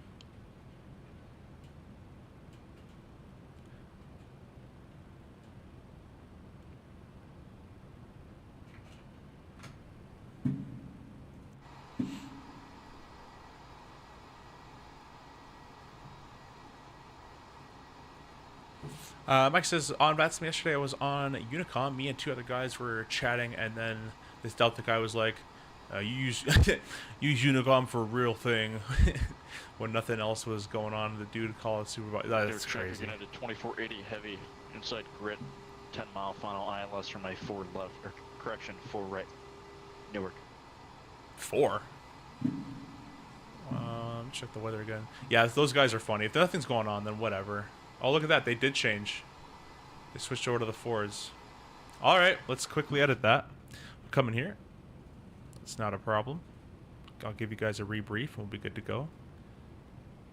Alrighty. Click, click, click, click, click. Do the ILS.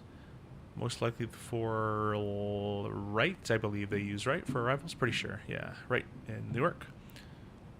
And yeah, Kilma's fine. Go ahead and insert that. That might change this a little bit. See, it's resulted to vertical speed mode. I'm going to re-click performance mode if it can. It can't do it. That's okay. We'll wait a little bit and see if it comes back on.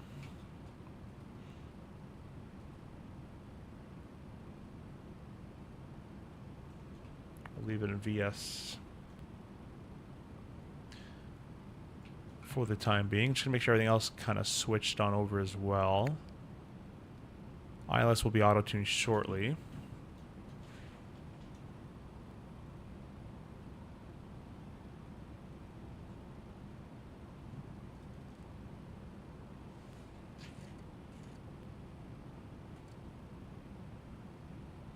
Get the vertical speed going a little bit lower, a little bit more. And we're going to go direct. See if I can go direct with rack. That might help its brain in its VNAV mode. There it is. Prof to 6,000. Perfect. So it's going to do all that. We appreciate you guys stopping by the way. We've gotten, looks like almost 10 new subs. I don't know why my chat thing's not working, but thank you to all you guys who do that. 2480 heavy. It's like doing 5 mile final ILS from my 4 right Newark. I'll get you guys rebriefed on 4 right here. So the stars remains unchanged. It's just going to be straight over to 7,000 at Sweet, and then we're going to drop down to about 3,000 feet and self-vector ourselves with ILS visual, basically 4 right. Be a visual approach backed up by the ILS, page 11.2, effective 5th of September. ILS Freaks at 1087 will be auto-tuned, same with the course, 039 will be auto-tuned as well. Dunes of Faf Cross, 1,700 feet. MDA, as it's going to be a visual approach, we'll leave it on unset, but if you guys can see here, it's automatically DH. Technically, it's only used for a Cat 2 or Cat 3, but we'll leave the DH of 200 there, which is 200 above ground level. That DH goes off radar altimeter, not barium. Ready? So the MSA on this side is 2,900 feet, and that's the Teterboro VOR. Within 25 miles of that. This approach, do not exceed 210 knots until net B. Climb 560 feet, then a right turn 2,000, direct Tinny, then a left turn on track of 015 to Nedby, cross Nedby below 2 grand, track of climbing left turn 3,000, 3 tier 3 flyers, and hold to continue climb in hold to 3,000 if you haven't reached it already. Newark's missed approaches are just dumb because there's so much traffic around here. And they can't send you left because that might be in the departure way. If someone's departing, you go missed. So they have to send you basically over LaGuardia and then come left. It's it's a mess, but that's the missed approach there. Pappy's going to be on the left-hand side. ALS with Type 2 lighting still. The MDA Barrow will be 211 and the radar is 200.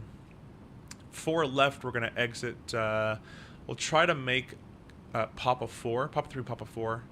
And then we'll be taxiing a lot farther. We'll come down all the way to Papa, get to Victor, and cross over and go to FedEx. That's going to be the plan there. So in that case, we're going to go to medium auto brake so we can stop it a bit more. That's it. You guys have been rebriefed, it's been reprogrammed. We're all good to go. We're coming up on, I can't even read that, 19,000 there. And it is VNAV to 6,000. So it's going to be adjusting its path to do so.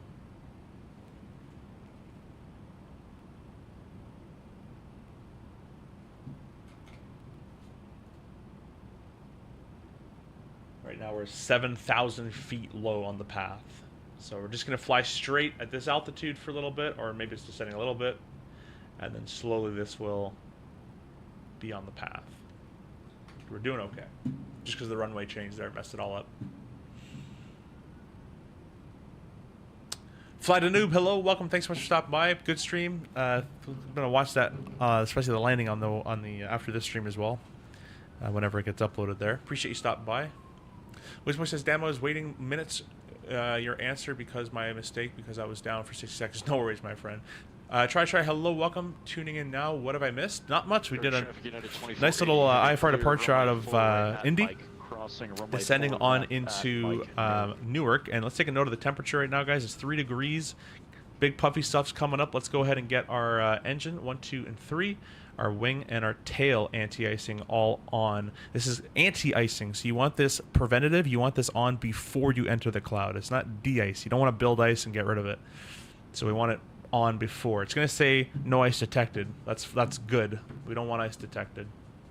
At this speed, you probably don't need the wings, but whatever. We'll do it. Let's be fine.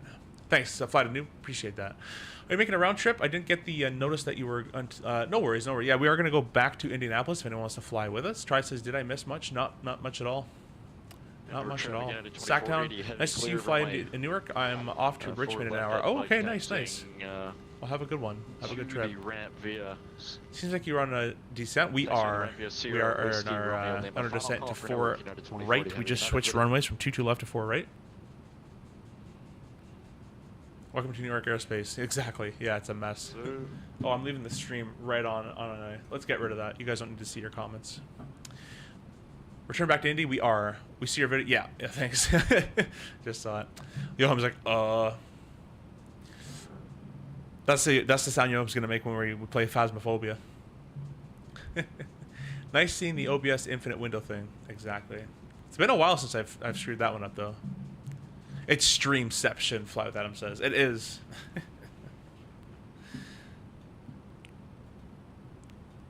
All right, so those engines and wings will be nice and hot by the time we enter these clouds. Honestly, it seems like they're going further away. It's getting hotter. Once it reaches above 10, I'll get rid of them. Now, in real life, usually, even if it says 10 here, this is our true air temperature. This changes with airspeed and the surrounding effects around you. So as we get into clouds, you'll notice this actually decreases in real life. Like, it'll be 12 degrees, and then you enter a cloud, and now it's like 6 degrees, and you need the anti-ice running. So a lot of good pilots will have their anti-ice running even at 12, just because they know when they enter that cloud, it's most likely going to drop below 10. And then technically you need it on. But for right now, we're still a little high. I think I was a little premature. We'll get rid of those. I thought they were closer than they are. We'll get all that off for the time being.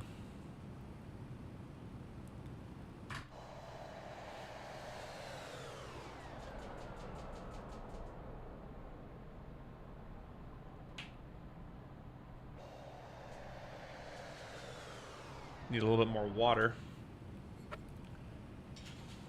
Be right back.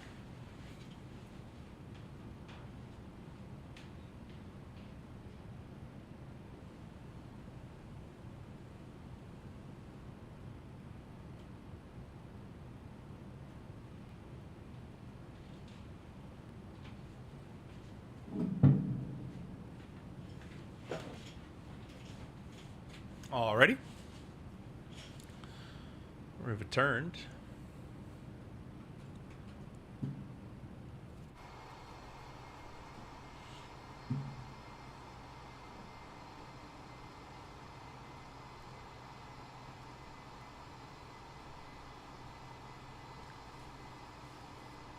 I'm going to start setting up our flight for the next flight here, which is just Newark back to Indy.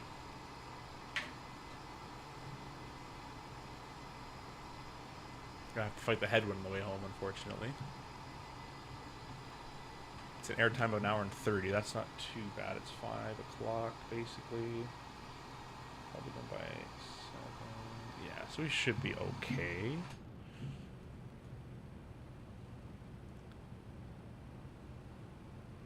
Alright, what we're going to do, because this is going to be an interesting one, we're going to self-vector ourselves over to Kilma.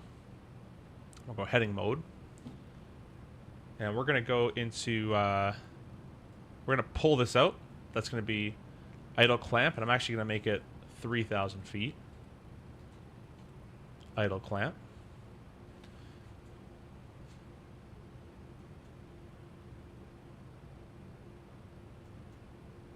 And it should still know that we need to pass 10,000 at 250. If it doesn't, I will edit it. But it should start leveling or slowing its descent rate around, I want to say 11.5 to 10 area. 10.5 area. So it should change. I hope. Maybe it wouldn't actually in idle clamp. Let's see if it's smart to do so. I don't think it will, so I'm gonna let it ride a little bit longer for this is for science. Also notice I never went to standard. Good pilot. Now we're in the icing, of course, but it's 15 degrees, so we're okay. Yeah, it's not changing, so we're just gonna press we're gonna push this button in, which will immediately level you off. Basically, it's gonna start leveling you off, and then we can just tell it 250 knots. There you go. Gonna go down here. Discontinuity head. We're gonna go direct Kilma. And direct Kilma. We can go nav, performance. Now it knows thrust to 50. I can do FMC speed. There we go. So it's all controlled by the box now. 245 LNAV, and we're holding this altitude so we can slow down here. So it's 13 degrees there. So sometimes you get in those clouds and it will actually decrease its temperature a little bit. It's kind of cool. Alright, basically on the 10,000 line there, we'll start getting this all set up. Landing lights can come on, turn off lights can come on as well. We can give them a double ding. Good enough for me.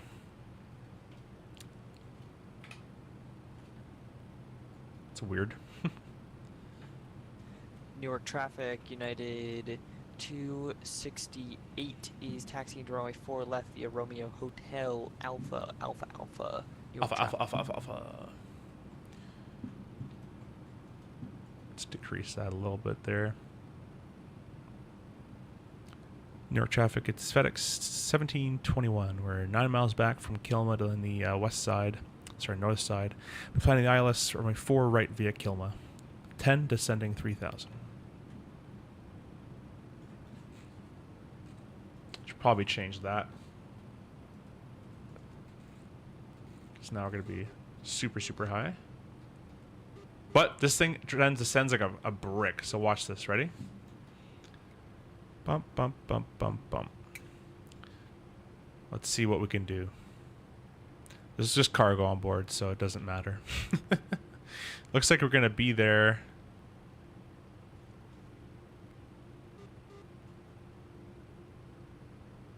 It's not looking great. Let's get ourselves a vector. I'll just give myself. That was a my screw up. That was a my screw up. I started texting. Couple of vectors and we'll be okay. The good thing is there's not really too many people in the airspace. We have one person behind us, but they are up there at 5,000 feet. That should be good enough. We'll come all the way back in.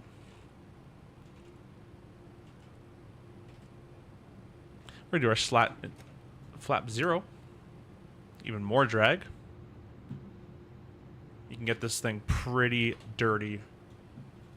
And we're going to go direct gritty. Nav mode.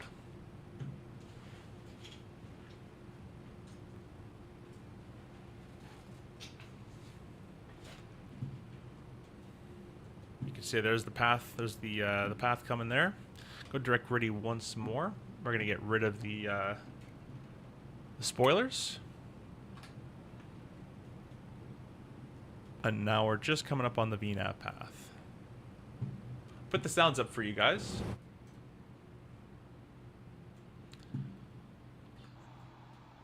Manhattan over there in the distance.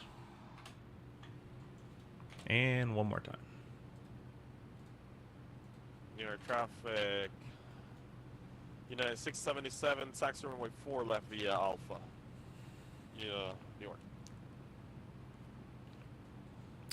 Newark traffic, it's, FedEx 1721. We're 5 miles back from Gritty. Starting the ILS runway 4 right on left base. 4 right. Alrighty, well, we can go ahead and select our approach mode. Approach and land, there's 4 for 3,000 feet. I'm going to keep it rather fast. We have a TCAS target on our left base, so I don't want to really slow them down too much. We're slowing currently down to 190. We'll keep it fast till about the 5 mile marker. We are visuals. We can dirty up pretty quickly. Matthew, welcome. Thanks for stopping by. What's up? We'll be landing into Newark. That's about it. We're going to go back to Indianapolis after this. Live stream tonight? No, not tonight. There won't be one tonight.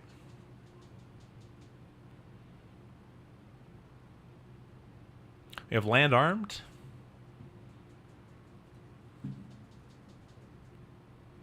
Technically, we're good down to 28. So all set 28. Bird alert.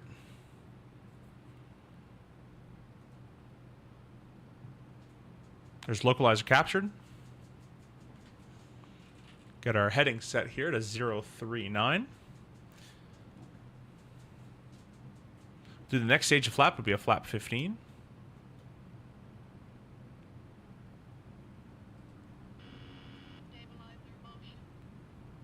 Glide slope's alive. The runway is in sight. Kind of. A little blurry.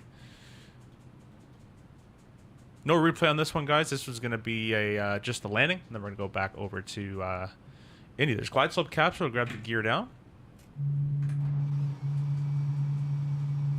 And I'm going to keep it a manual speed of, we'll do 180 to 5 mile. We can slow it right back. We only got to lose 20 knots after that.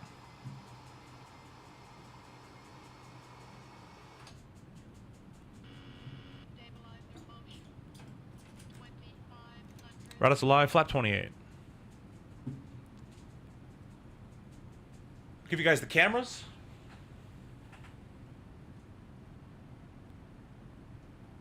Well, this camera doesn't like to stay, ever. New York traffic, United 677, taking up runway 4 left. Newark 5 departure, Newark.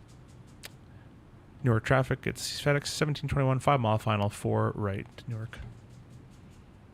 There's a guy behind us who's looking quite close.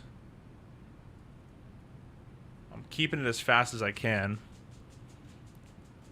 Coming up on 5 mile final, we're going to start slowing this down over to our V approach. We'll just click FMC speed. Flap 35 is our final flap setting. Arm those spoilers up. 4 green, auto brakes medium. Armed. Flap 35. We're all ready to go.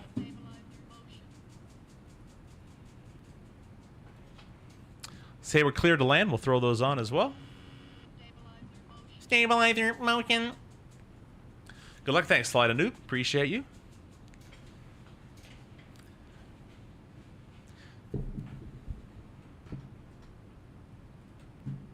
Probably make sure I'm in the Moza profile that I should be right now. Yes, we're in the MD-11 profile.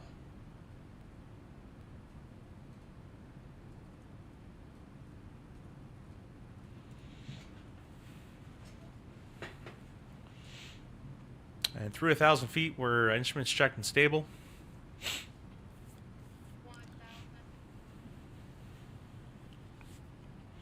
Looks like she's getting bumped around a little bit. Got 8 knot crosswind. Wind is kind of varying a little bit, as you guys can see. Not a lot of headwind. It's not too bad. Gonna go ahead and go autopilot disengaged. The airplane will automatically control our thrust for us still.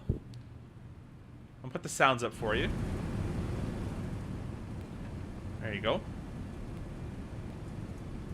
500. Stable, stable.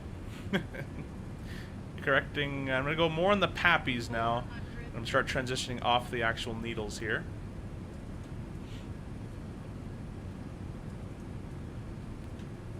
Flight slow. Disregard. Flight slow. Flight We're on the slow. pappies. Flight slow. Minimum. Flight slow. Minimum 200. Flight And we're slow. landing. Flight slow. Flight slow. Flight slow. 100. Flight slow. Flight slow. I think the pappies are wrong too. 50. New York traffic, United 677 on the Newark 5 departure, passing 2,500 up to 8,000. A little hard. Yes, final call, New York. Get those reverses on in. Walk the nose down. Manual braking. FedEx, this is United 268. You can cross 4 left, and we'll wait to take off. I appreciate that. FedEx 721. Gonna use some Plus of we have this. a Tapper Portugal that's right about to land. They're like 2 mile final. Yeah, we check that. It's our runway. You can go around if he doesn't make the spacing. Yeah, European pilots still don't understand the concept of CTAF. Alright, guys. We're gonna exit here. Oh wait, Can't, he's Canadian, not can't American. quite make that one either. Let's keep going to the end. I don't want to cook my brakes. It's not my. New York traffic. It's not my problem that he gave no United space. 268 is lining up 4 left. And we're exiting at the end. Big MD-11 brakes.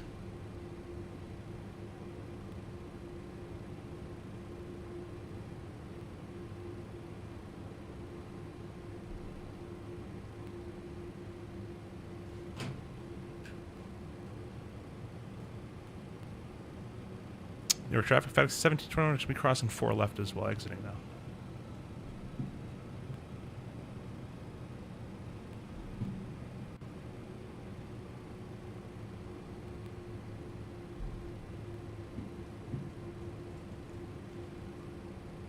We have everything configured.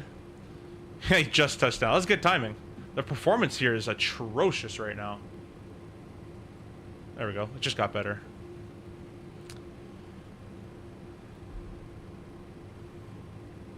We're going to have to cross the next runway as well.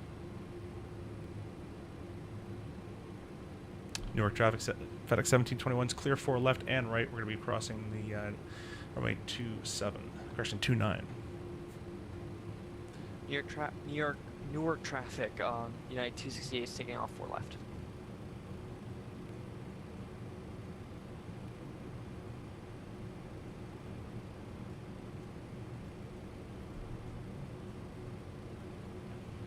Alrighty, once we're clear of this runway, we'll do all our after landing stuff. I'm not really too concerned with that just yet. And we're going all the way straight. That 9,000 foot runway comes up quick. I also think those pappies were a little wrong. The glide slope's way wrong, but I think the pappies are a little wrong as well. We're gonna go up on the flap. The spoiler's been disarmed because I added thrust. We can go auto brakes to off. And we can grab our lights here. Off, off, taxi, off, off. And strobe. Very good. That guy crossed the runway without even... He didn't even say anything or know anything. What did I just witness at the end of 2-2, right? I don't know, and we won't talk about it. I think someone has a DOP wallet coming. Let's just cross runways. Yeah, literally. I don't want to reject my takeoff for someone who just isn't looking or talking or anything, but yeah. Yeah. Definitely not your fault. Yeah, absolutely not. I'll message him, see if I can get through to him. If you'd like to see it, shameless plug, you can go to the channel Your Sim CFI, and I recorded it on live stream for you. Wait, deadass, that's you? That's me. Wait, that's fire. I watch your CRJ thing sometime. That's awesome. Thanks. Appreciate that. I just thought it was a little too much. Needed to adjust descent rate. Whatever. Yom says he's on Unicom. Oh, I see. I see. Yeah, I sometimes forget too, but yeah, it's a little interesting.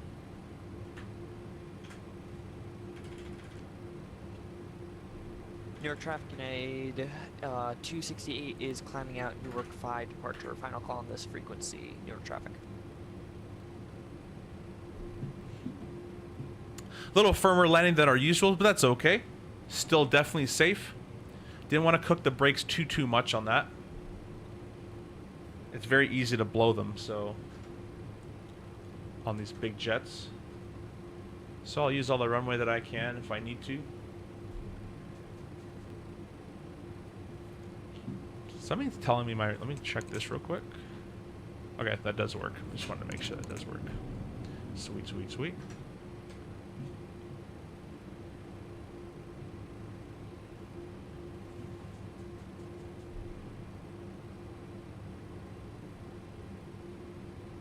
But the MD-11 extended simulation says we have no active failures, so that's good. We didn't pop anything.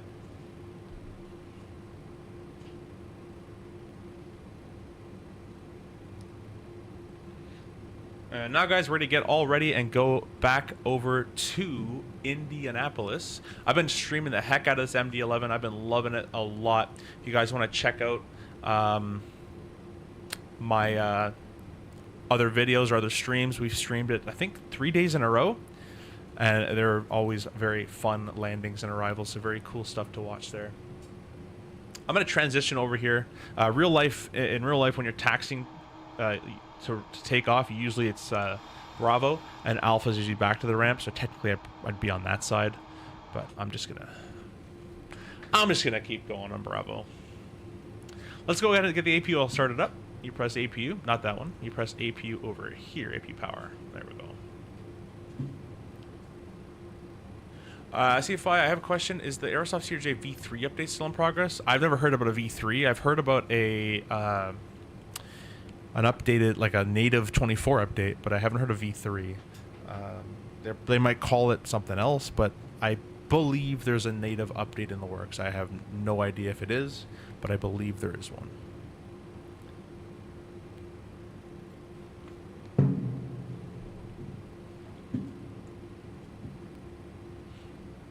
Oh, whoopsies. Let's go and turn that off before we fry our ground crew.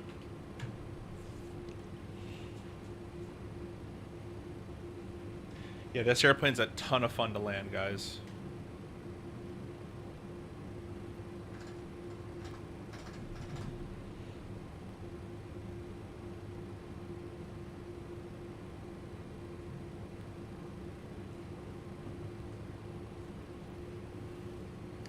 Alright, APU power available. We'll switch over to the APU there.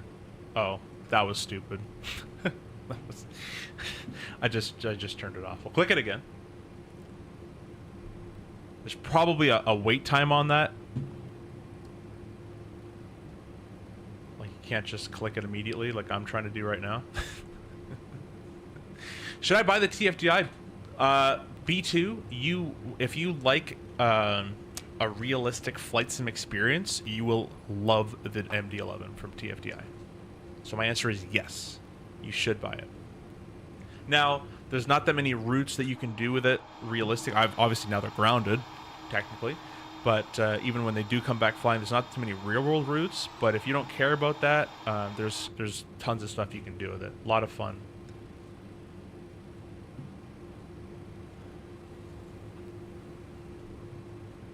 Why does the cinematic mode do compared to normal GFX? Cinematic mode will basically, you basically can control the moisture content and have effects appear when effects shouldn't be there. We're going to restart the APU, if that makes sense.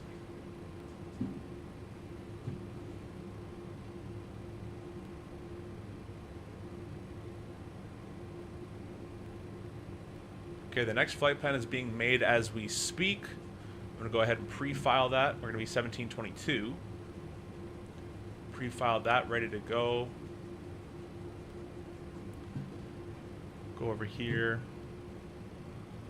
And we'll press reload plan. Newark to Indy is all ready to go there. And we'll take this entrance here into the FedEx area. Remember, that nose gear is quite far behind, so you don't have to start your turns immediately.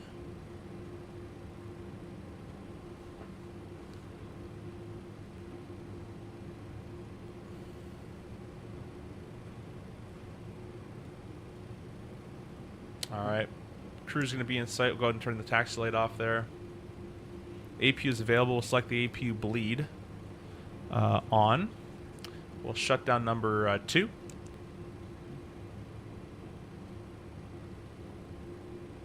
Trying to look for my ramp guys here. Anybody see a glitchy GSX? I don't see it. Let's show me the spot. Could use a chart, but we're not going to do that. Straight ahead. Okay, I think we're cooked, chat. Straight ahead. Ah, I saw that. That guy looks a little close. I don't think an MD would actually park. I think the MD would probably park over there. So it looks a little close, but let's do it. Whatever. I'm gonna go ahead and get myself set up on the line here. We only got the left and right engines working, not the center. Shut down number 2.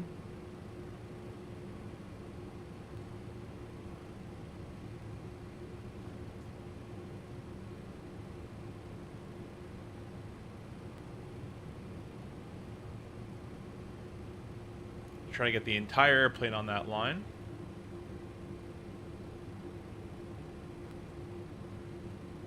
Come left a little bit. I don't really know how much left you want me to come. That doesn't make sense. I'm going back right. I don't trust that. Nope. You're going to steer me into a building.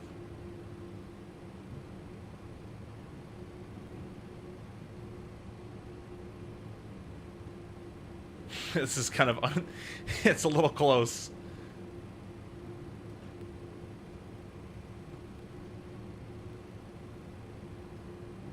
There's no way they want it that close. This is definitely not made for an MD-11, guys. But at least I hope it's not. Alrighty. Park and brake is set. APU's waving. APU is on. We can shut down number 1, number 2. We'll go ahead and get our seatbelts off. Beacon light off. This is basically all. That's it. That's all good to go, basically. And we'll get our transponder. Should have had this off, or the at least the TCAS portion of it off, but now we'll go full standby on that. Alt reporting is off as well. And we are ready to deboard and reboard and get the heck out of here. I'd be very concerned. I mean, maybe they park an MD-11 here, but it's a little scary parking this thing here. It's pretty tight. But, I mean, wing-wise it works, I guess. So let's go ahead and get GSX starting up on the boarding service here. And we're going to get reset up for our flight over to India. I'm going to make this one go a little quicker because I will run out of time eventually. But I'll read some comments here. Keep streaming. It saves you $75. No, Lucky, you got to get it, my friend. It is really, really good. What is cinematic mode? Read that one. Good evening, Mr. Burke. Hello. Welcome, welcome. Thanks for stopping by. Thanks again for replying. But quick question. What do you use for traffic injection? I normally do FedEx ops, and I want to see realistic traffic. This is just part of the Dwisky Newark scenery. That's just part of the actual airport pack from Dwisky Design, and then I use FS.TL or FSLTL for all my VATSIM traffic. Which, by the way, guys, no, it will not be going away for VATSIM traffic. Just the generated AI traffic. It's where it's going away from. Anyways, we're gonna press set payload and the fuel. I told GSX to do stuff, but I don't think they are doing stuff. Let's restart them. While that's doing that, let's go ahead here and go to services. We'll get the ground power connected, the wheel chock set. We'll release our parking brake with the wheel chock set. We'll get the external power on, and we will kill the APU.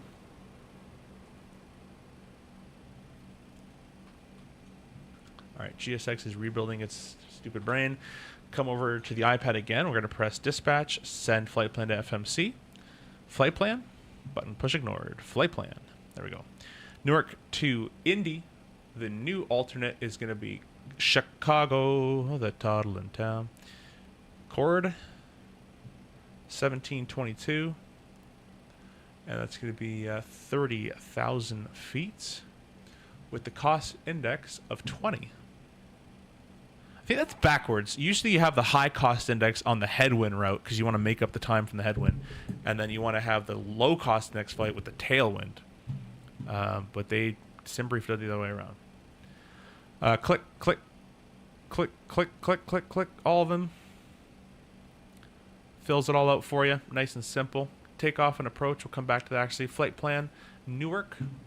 We're going to be departing off runway 4 left on the Newark 5, most likely. Alrighty, we'll insert that. And then over there in Indy, we're expecting the Snake Pit 2.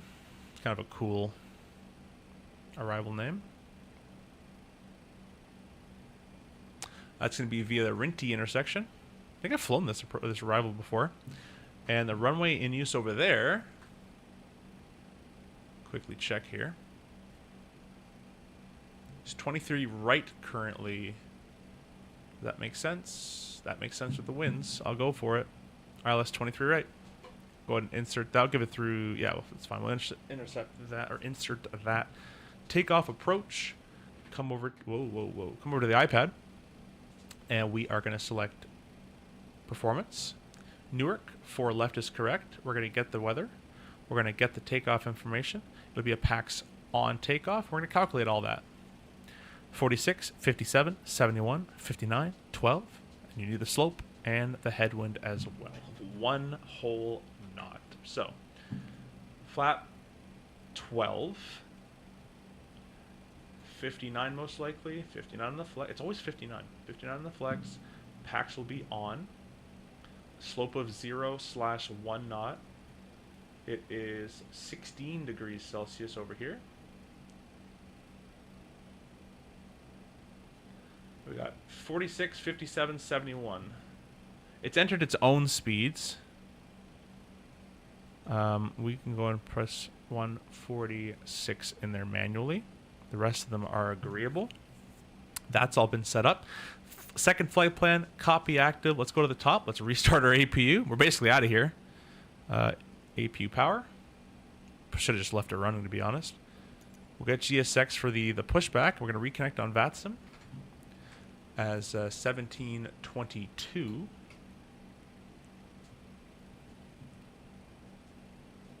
GSX engine has stopped working, or stopped waiting for auto restart. I think you'll be waiting a while, GSX. I think you'll be waiting a while. Let's see here. Auto ATC. What's a clearance cross? Whatever. Squawk 1601. The auto ATC 1601.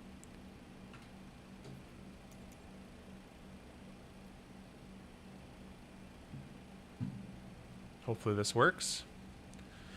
Free vacuum cleaning for the building. Well, yeah, exactly. Mr. Pilot says, have you flown into Newark IRL? Yes, many, many times, unfortunately.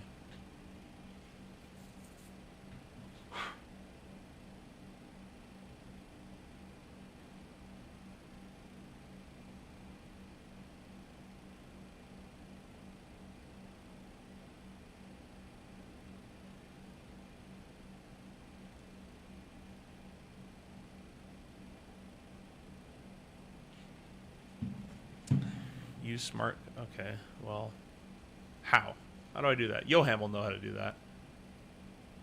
I think there's a pushback feature in here, right? Hopefully. I can just slew myself if it really comes down to it. So let's go ahead and get rid of the external power.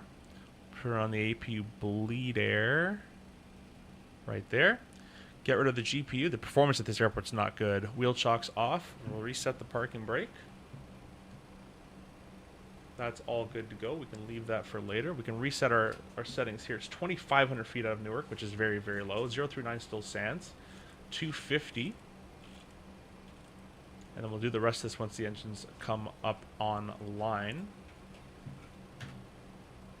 Altimeter sim 2980. Leave that on the direct page. Leave this on the takeoff page. I think it's the other way around, but I like to go direct in the sim here without a first officer. Charger said, great. Yeah, GFX works, but GSX is a nightmare. In the mood, welcome. Unfortunately, yeah, exactly.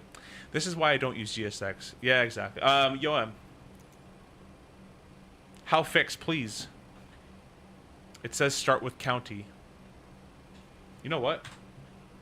I wonder if I can just...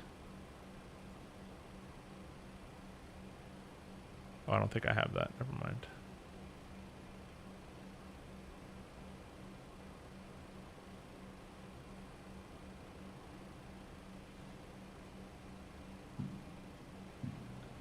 It's been auto restarting its brain off, but it can't do anything. So we're just going to have to slew, guys. It's going to get a little unrealistic here for a second. I'm pretty sure there's an application called Start County for Msfs on your PC. Ooh, let's try it. Start. So this is why I keep you guys around. There it is.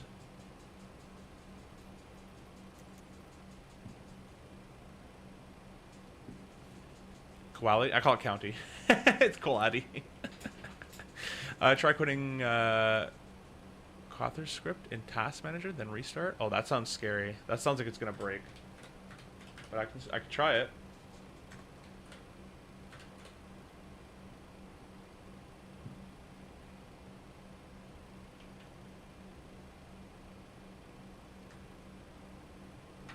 What's it called? Calther.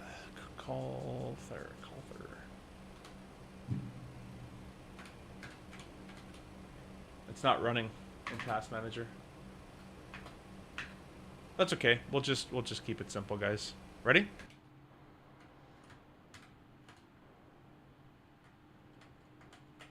What a great pushback. Better than GSX, man. Alrighty. Let's go and start number 3, then 1, then 2. The ignition source is on. Bleed air is on, starting 3.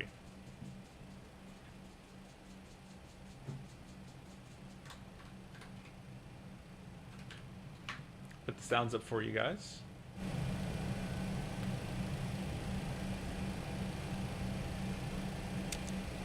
Fuel on 3. That works too. Oh yes, much better than GSX. Beacon on. We've got kind of the state we would be in. Transponder and all reporting. Press config. I have to press my fuel used reset there for memory. RTO. Good to go.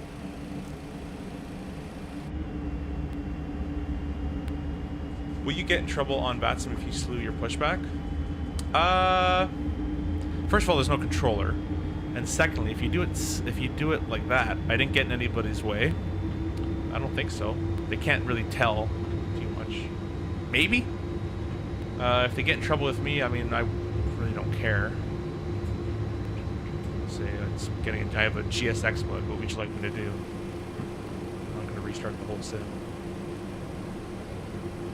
People are too uptight in Flight Simulator. It's a game. It's a video game. You can do whatever you want. We're going to start number 1. Real pilots are not as uptight as Flight Sim pilots. We're pretty chill. We're very confident and we know what we're doing. And we're very good at what we do. And that's what allows us to be quite chill. Start 1. Yeah, I'm going to report, you know, whatever.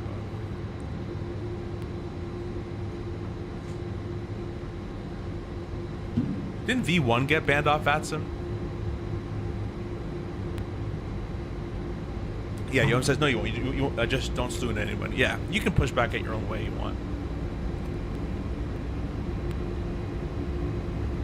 The engine sounds do need a fix. They're a little weak. Starter cut number 1, start number 2. Probably should give it a little bit more time. We're not going to do that here. We're on a rush now. We flew the first leg in as a captain, as a pilot flying. We're going to fly the second leg out as the pilot flying on the right-hand seat. But we'll taxi on the left, and then we'll transfer control like they would in real world. Let's go and add fuel onto you there. Before I get a hung start. Yeah, the sounds need a little bit of work. I like the textures from a visual perspective. I like the textures. Everything looks fine on that. The sounds need a little bit of work. The flight model is fantastic. The systems to what I'm going to use them for, even with the emergency procedures, are great as well.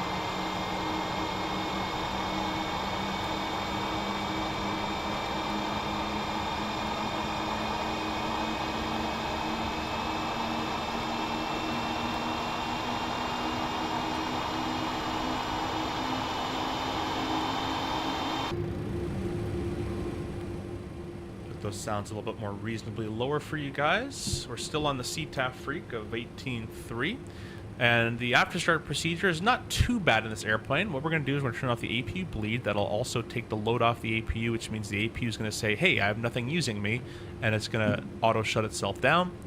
We're going to go, that's basically the overhead pretty much done. That should have been on. We're going to go ahead and set our flap to the flap 5, actually it's flap 12. So we're going to get to flap 12 as we go to dial a flap position, and we're going to go ahead and set flap 12, and you guys can see the slats are coming down the front, and the flaps have set in the rear. They set very quickly.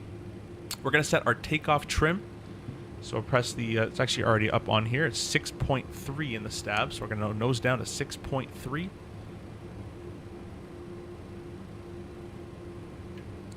There we go.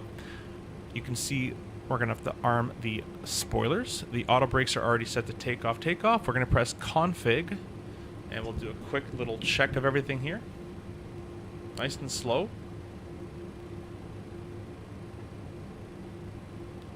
Now, I've been told on these heavy jets, you want to go nice and slow because you're going to be getting any air bubbles or anything out of the system of the hydraulics. So we're just going to get everything nice and working. Plus, you don't want to overstress it. Go back to neutralize there. Full down. And then full back up. There's neutral there. Whoop, it kind of jumps because of my curve, but that's about it. There we go. We'll go full left on the rudder. Full right on the rudder. And we're all good. That's checked on that. Engine page. Leave it there. We're going to select VNAV arm. Basically, we're arming toga for takeoff is what that's going to do. LNAV arm. So we have LNAV, VNAV, and the thrust is armed for takeoff as well. This is a very quick left-hand, low left-hand turn, low energy as well, with a very quick level off. That's going to be the threat today. I might even level off and then give myself higher after we get sorted because I am single pilot, so we'll do that. I'm going to quickly make sure. Now, in real life, or if you can also in VATSIM, you could just put that higher if there's no one here. But we'll stick to real life stuff. Looks like there's no one online, so that's fine. We're going to select our parking brake off, our taxi light to taxi. We're just going to make the first left turn, and we're good to go. A little bit of thrust up. All 3 big engines there.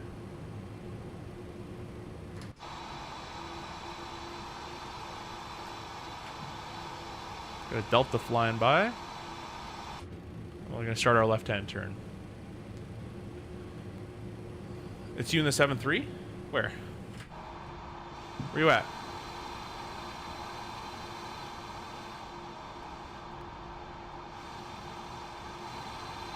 Where you at?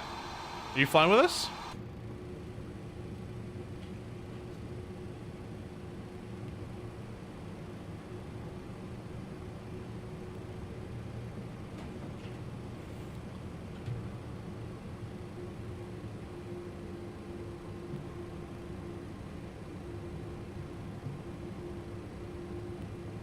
Newark traffic, FedEx 1722, taxi runway 4 left via Alpha, Alpha, Alpha.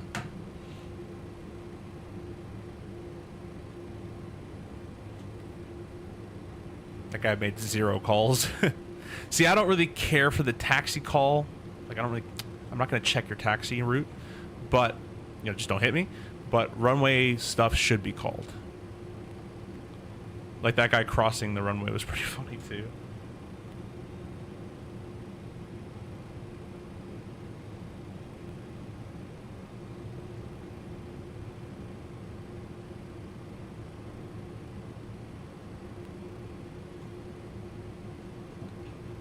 Newark traffic, it's FedEx 1722. We're lining up runway 4 left, Newark.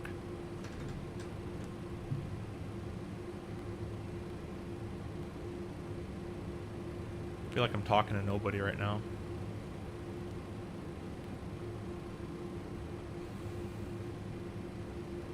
C70. What the heck's a C70? Alright, let's go ahead, get our lineups out of the way. We'll do it a little early here. See our clear takeoff, those can all come on. Turnoffs can come on. Strobe lights can come on. Our TCAS can go TARA. Now it looks like we're in the dirt, but we're not. See all the nose gear? It's really far behind there. So it looks like you're taxiing like a little drunk, but you're not. Promise. Alright, we're clear right. We're clear on the left.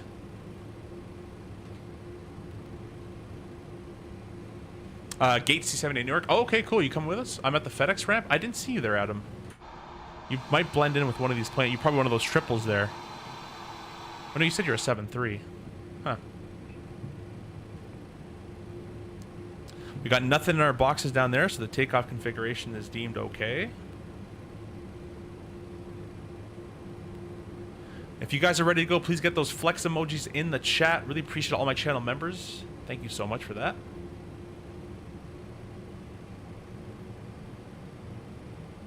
Put the sounds up. You guys are ready to go. We increase our thrust, and the auto thrust will take it. It'll say takeoff thrust. There it is, takeoff thrust.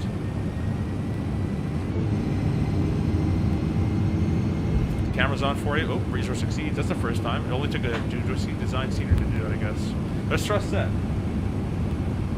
Camera there, 380 is checked. Close enough for the camera.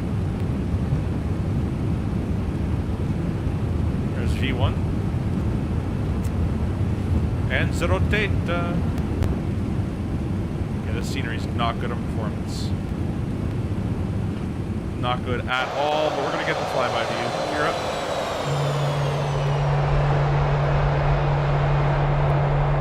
I've had a resource exceeds in like a month. It took Newark to do it.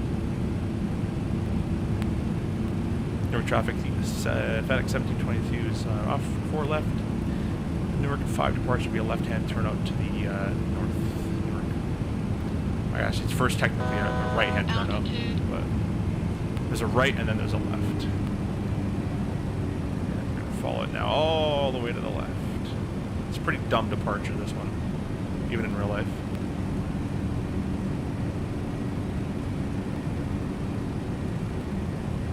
Alright, so we're holding at 2,500 feet.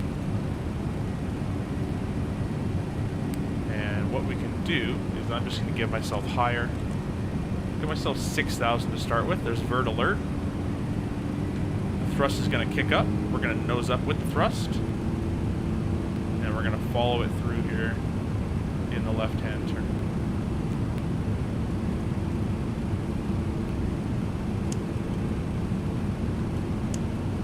If I could suggest one thing to the TFDI team, is need to make the trim a little less strong. One click of trim does a whole lot in this airplane. And I don't think that's how that would be.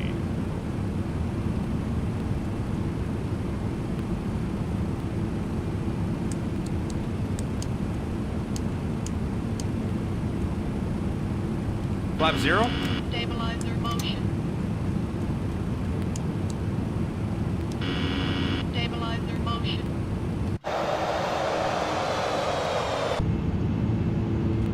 There we go. Autopilot 1 is engaged. The camera's off for you. We're going to go all the way up to our cruise altitude here. Of, let's see, 30,000.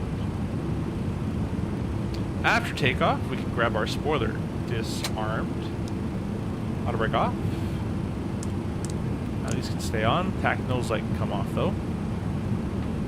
We're away.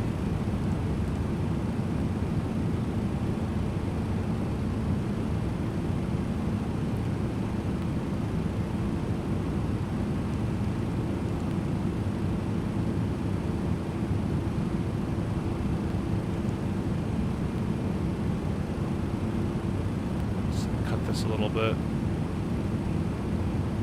There we go.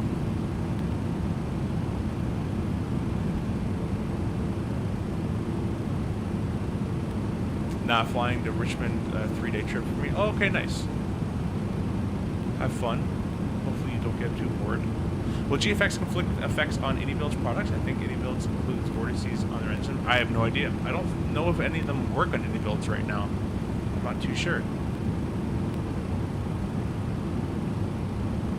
Jimmy says, my brother, how many throttle quadrants do you have? Well, you see, my good sir, we're using the Pro Desk Sim, we're using the Honeycomb Bravo and then the Pro Desk Sim 727 throttle set for this airplane. And it works very well for the MD-11 as well. If you want to save some money on Pro Desk Sim, you guys can have a discount code in the description. Code CFI will save you 10% on anything you buy. That rhymed. And it's also free shipping, I think they're doing now as well, worldwide free shipping on Pro Desk Sim. A lot of sales going on at Pro Desk Sim. If you guys have Honeycomb Bravo throttles and you want like a 737 or whatever you want, throttle quadrant, go take a look at it. Flight Sim with 8 gig VRAM, so I get messages all the time. Yeah, that's dirty. Mr. Pilot, what you can try is putting texture resolution to low. It only really affects the cockpit textures of certain airplanes. Nothing really outside, so that'll be a big VRAM helper for you.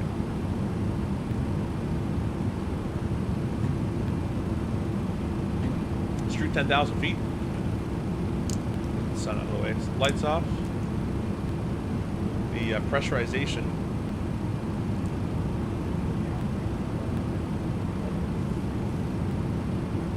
Hey, there's Adam. Hi, Adam. Alright, so the pressurization is all checked. The belts can stay on for a little bit longer.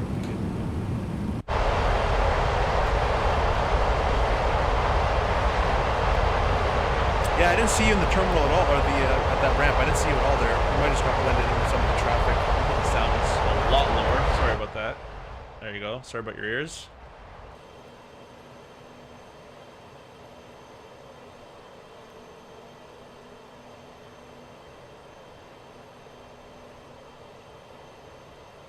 I hope you guys are enjoying this quick little turn into Newark, back to Indy. Technically, we need the anti-icing just around about now. It just hit 9 degrees, but we're about to be clear of it, so no need for that.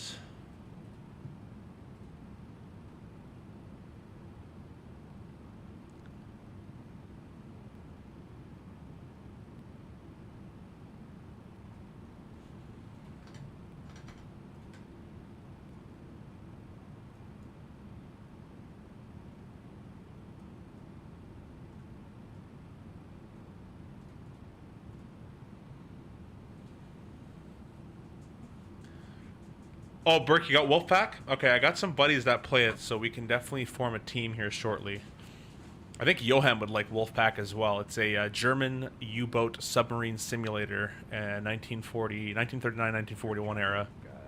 Type 7 U-boat. 1621 departure. Very, very, very, very realistic.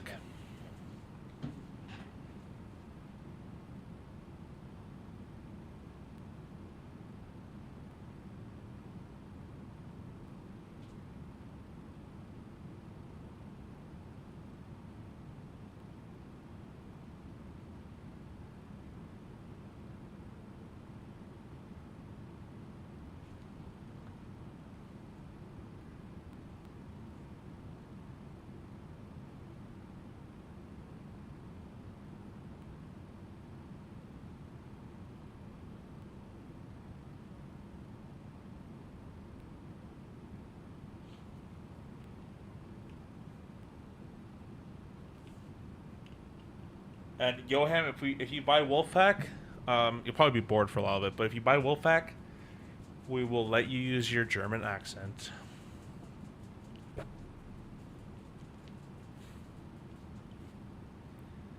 But only the first 5 minutes of every hour, like the ELT check.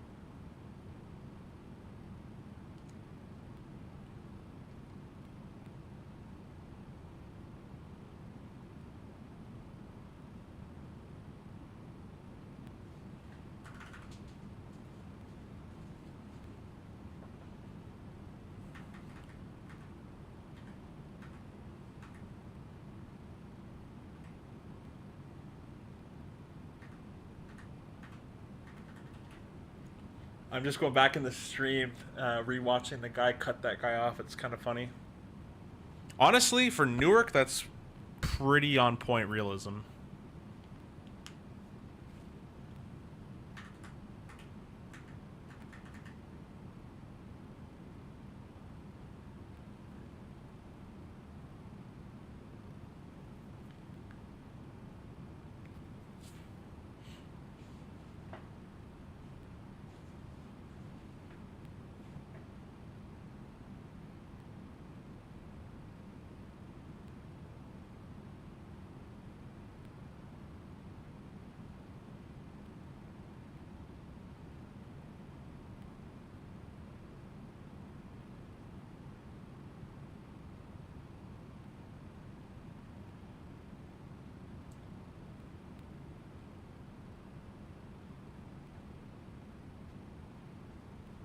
That was pretty gnarly, that guy getting cut off.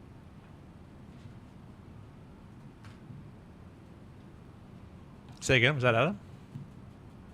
Yeah, I was just saying it's pretty gnarly that that guy that cut off on takeoff here. Yeah, it was quite funny. Thank you so much. Amazing gift. Just subscribe. Appreciate you. Thank you so much. Hope you're doing well. Glad you joined the stream. Adam, if you want, I'll go to frequency 1, 2, 3, 4, 5. Alright, switching 1, 2, 3, 4, 5.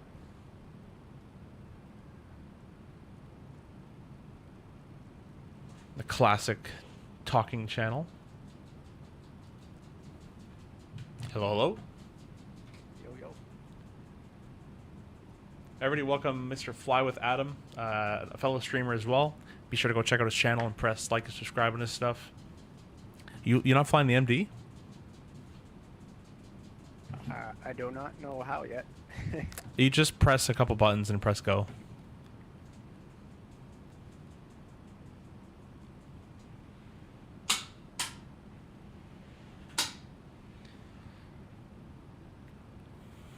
Nah, but you'll like it. After the stream, if you're still on, I might have a chance to.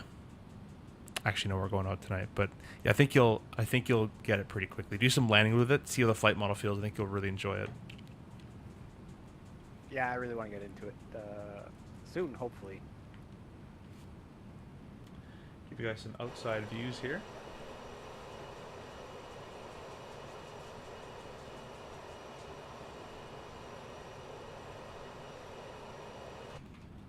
On COM2, we can monitor 22.8. Could be good boys here. Good pilots. On this side, we're going to listen on COM2. I don't know why we're listening to everything. Don't need that, don't need that, don't need that. Interphone to keep on. It's fine. This is the opposite of every airplane, but that pushed in means you're listening to them.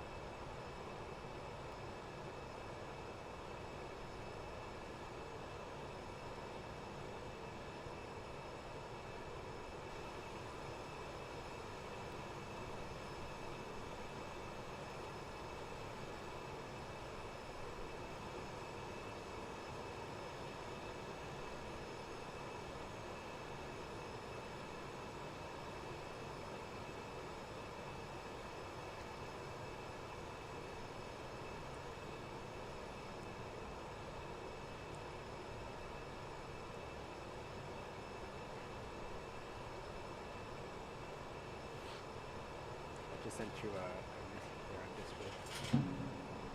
Discord. What's saying? Your mic's kind of low. I just sent you a message there on Discord. Take a look. Right.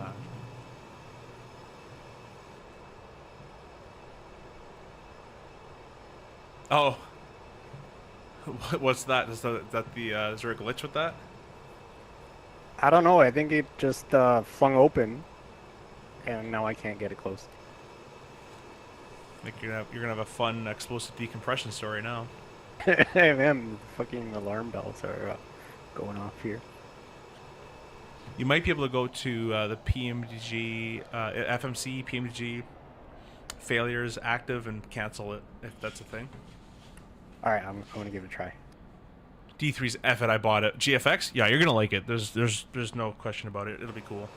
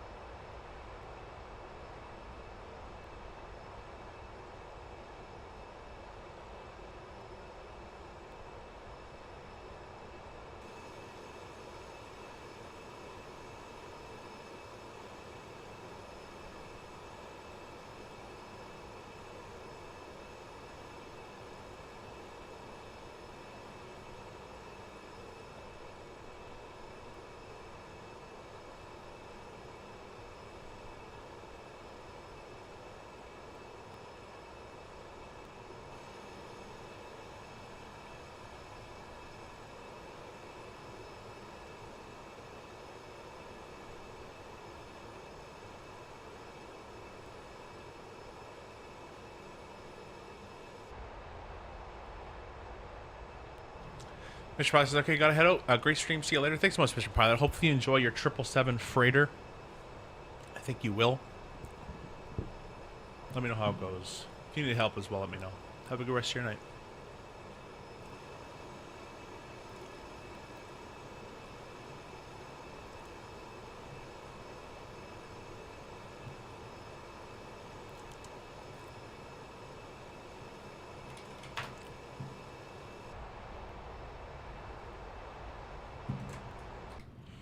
All right, so we're going to be over there.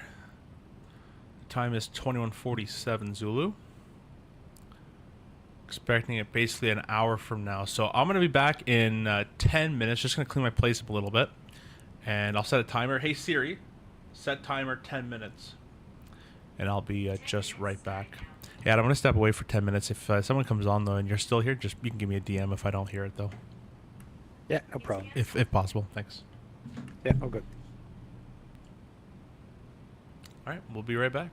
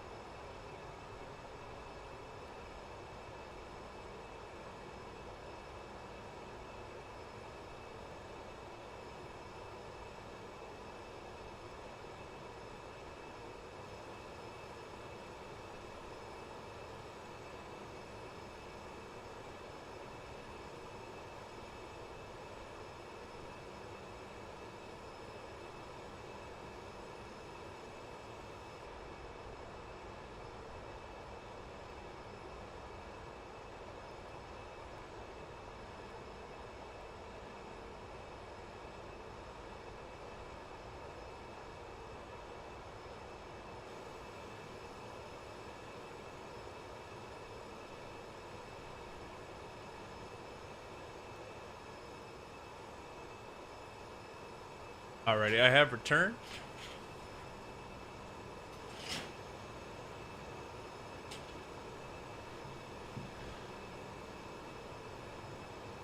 Got to sleep, boys, boy? Hey, no worries. Thanks for stopping by. I hope you're doing well. I hope your night goes well.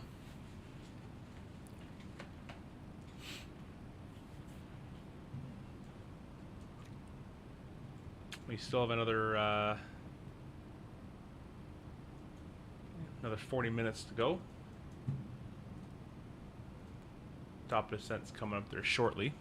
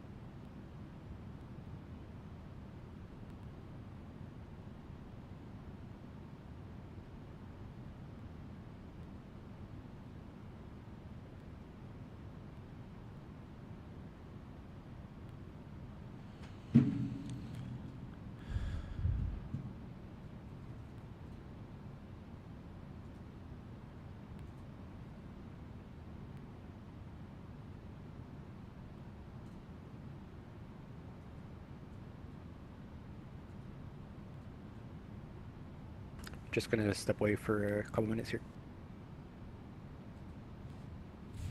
Say again, sir? Just gonna step away here. Sure, no worries. Looks like we do have ND Center online, but they're not going to be here in their zone for a little bit.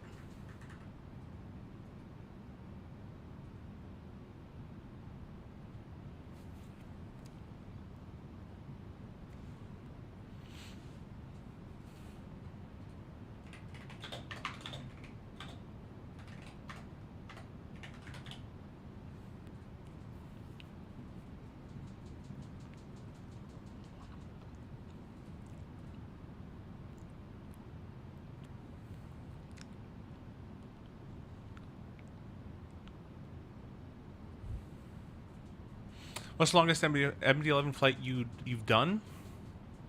I think this one.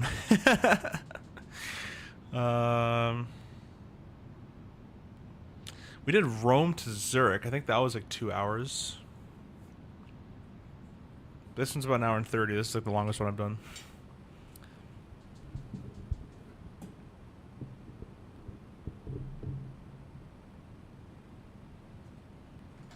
I have Indy Center loaded on the next one. It's going to be a freak of... Oh, we have Tower as well. 28225.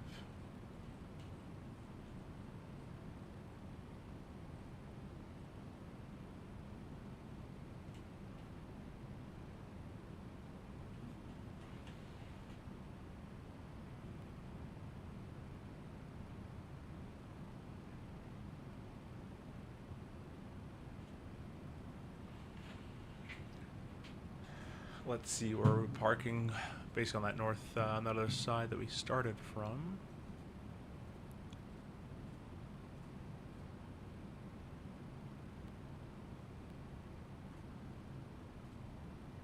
Yeah, just on that southeast side. We'll park there. That's about it for that.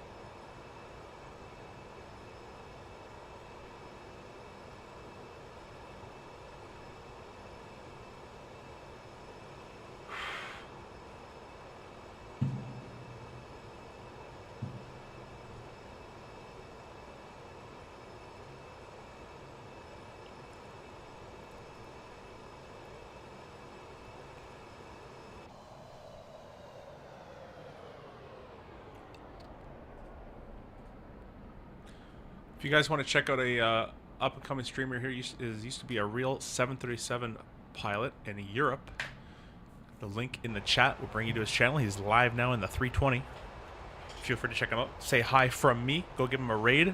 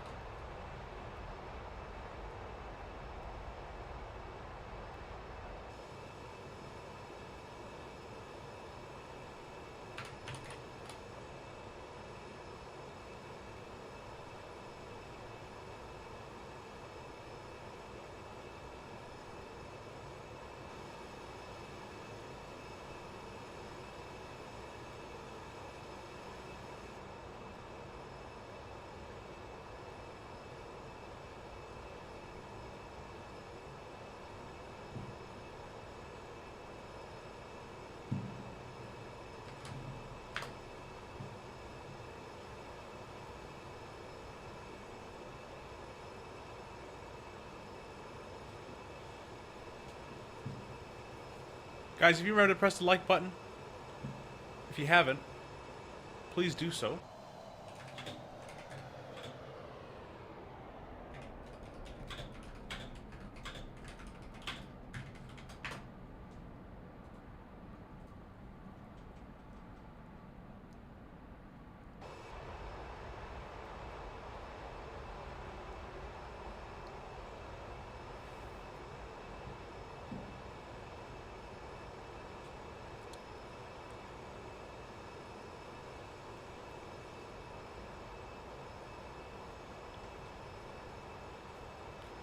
Calgary, welcome. Hey, what's up? For a moment, I thought you decided to stream P3D at 2 a.m. last night, and it turned out to be a notification about an 8-year-old's video on a channel YouTube bug. Yeah, I saw it was listed as an unlisted, and I accidentally made it public, even though it doesn't really... It can go public, doesn't matter. But I didn't realize it would put it at the top of the channel, which is kind of funny. No, we are not going live in P3D. It would be an awful experience.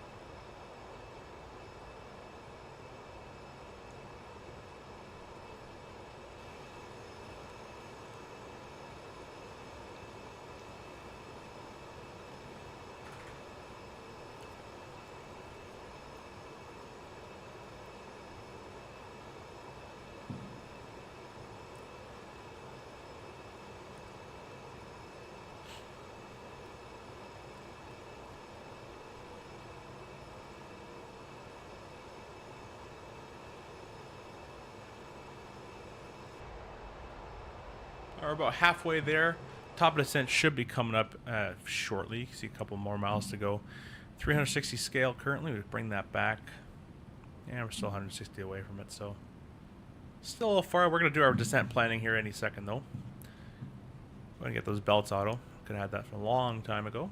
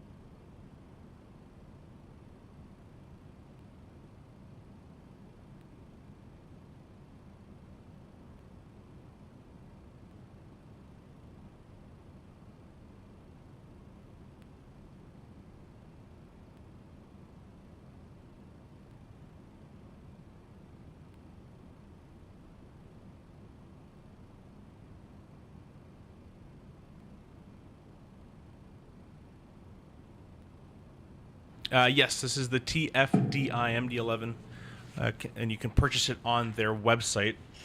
Make sure you click the Microsoft 2024 variant and not the 2021. Actually, well, you're going to require the 2021, but make sure you buy that one, 2020. Missed speeds of the fighters. Oh, yeah, and DCS. Yeah, exactly. Yeah, it's a different fun. DCS definitely is more of the like action kind of fun, whereas there's like weird. This is more like truck sim fun. This is like you enjoy the setup process and like all that kind of stuff. I just hate cruise. Cruise is it's the most boring thing in the world. But yeah. Yeah, I'll have to get DCS running. I actually have no real motivation to really. Nothing interests me anymore about it. I want to be interested, but I just can't find it. So we will do it though. Me and Brick have talked. We're thinking of making a dogfight tutorial series. I'll have to get reacquainted with my VR and all that kind of stuff, but should be no problem. The F100 is on pre-order as well, so I'll probably be pre-ordering that soon.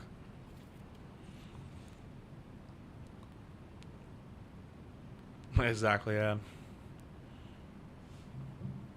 Another really good one is Nighttime Huey with night vision goggles, kind of trying to hide around tanks and stuff. That's fun.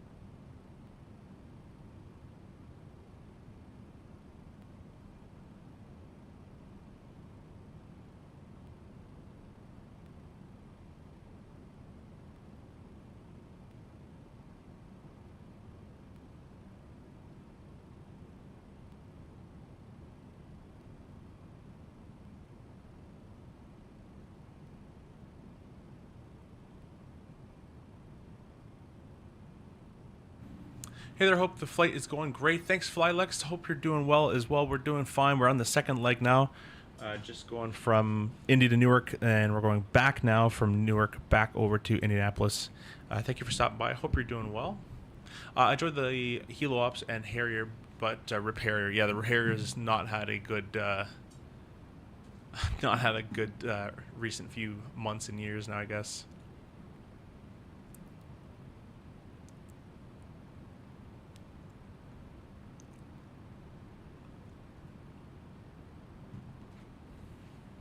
The whole Razbam departure.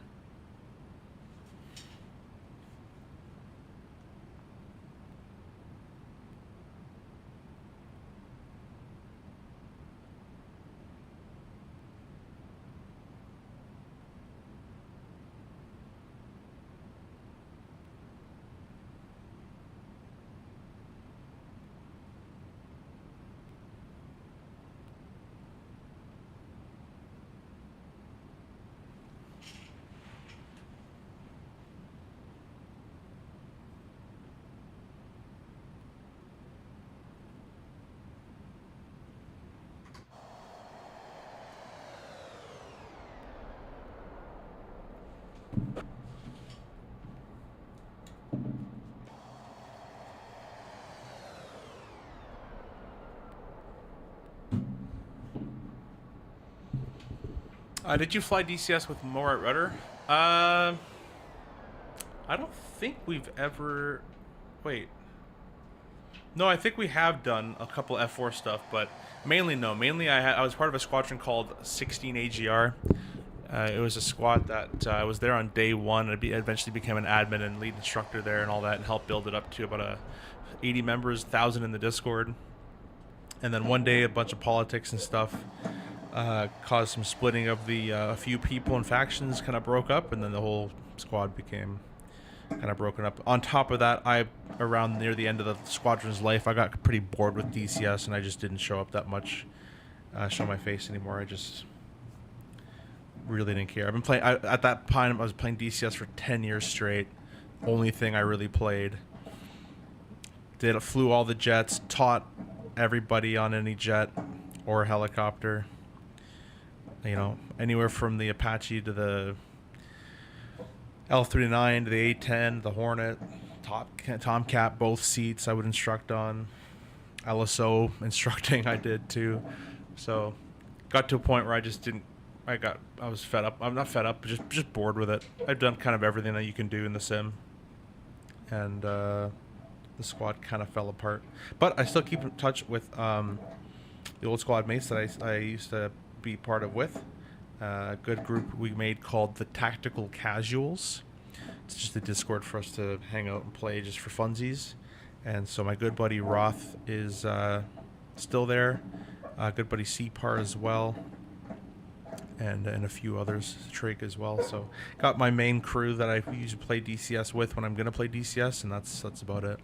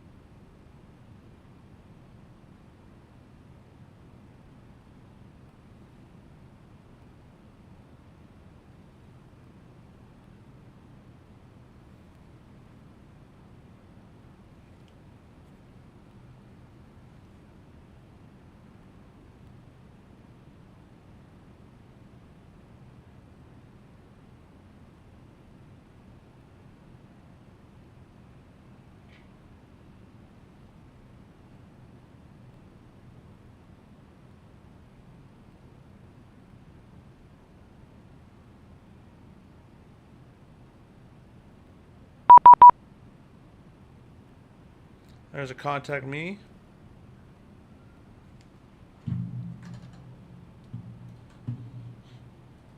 28. Yep, we're on that. So we'll switch over. Center FedEx 1722 50300.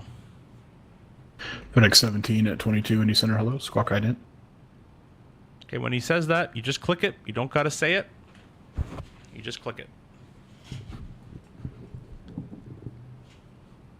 American 299. Do you have a preference for the left or the right side today? Right side of hello, welcome. Thanks so much for stopping by. I hope you're doing well. American 299. Sorry, that came in broken. Say again. Any fundraising events tonight? 28 right. Fundraising events? What do you mean? American 299. Ready? Expect the ILS running 28 right approach. I expect ILS 28 right.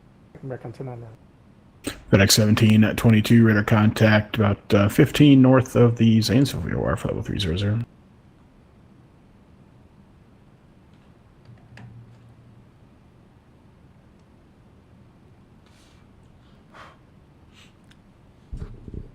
Alright, let's start getting this approach all set up. So, VATSIM is online. Over there in Indianapolis, they are predicting, they got an ATIS, a VATSIM ATIS, 23 left, 23 right.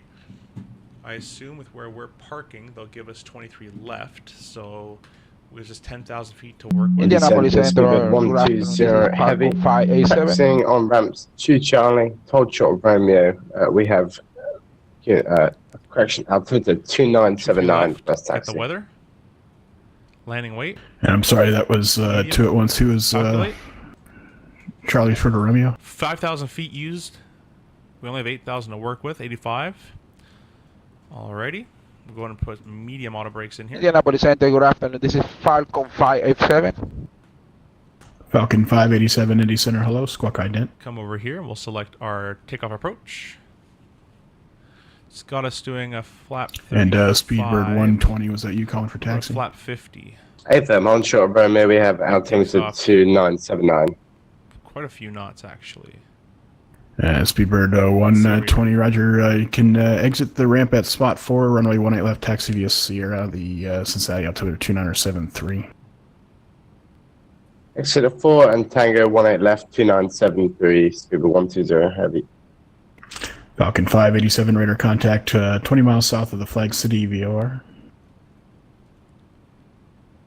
Radar contact for Falcon 587. 45 with flap 50. 48, so an extra about 400 feet loss. And Falcon 587, squawk 6357. Squad 6357 for Falcon 587. The star all looks fine. 23 right. UPS 164, we are ready for descent. UPS 164, you can descend via the J Money 2 arrival. J Money 2 arrival, UPS 164.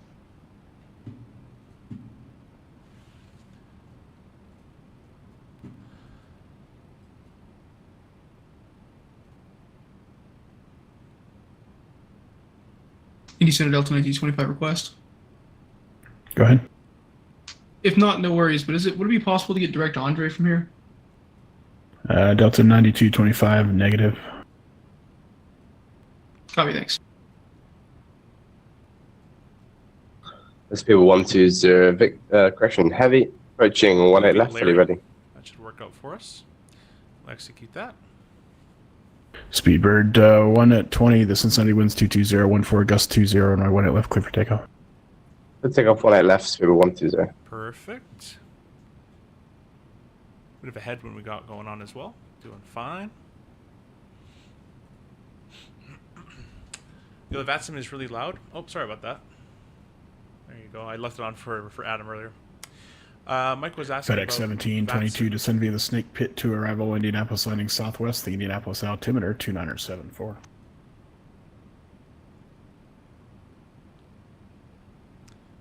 Oh, you know what? There's a weird thing with the chat where I have to click hover over your name and then it actually says the right chat. I gotta get with Owls how he fixed that.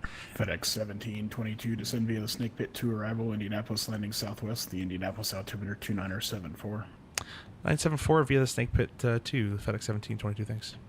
All right, let's go ahead and set that up. We're gonna go 5,000 for Larry as our transition on 23 right, 23 left. Sorry. 5,000 is set. We have performance and holding at 300. No VATSIM event that I know of, but you guys can let me know. I'm not sure. I don't really check that stuff. I just kind of hop on and hope for the best. Speedbird 1 at 93, leave my airspace to the southwest. Memphis Center's offline, radar service terminated. Frequency change is approved. Over to the dark side, have a good one, Rich. Speedbird 193. Take care.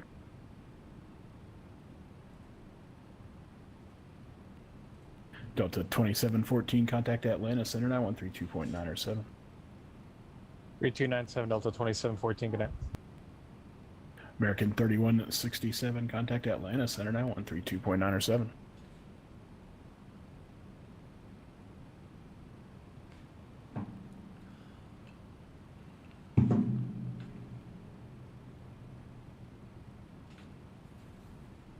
Allegiant 3167, contact Atlanta Center 132.907. 3297, Allegiant 3167. Thank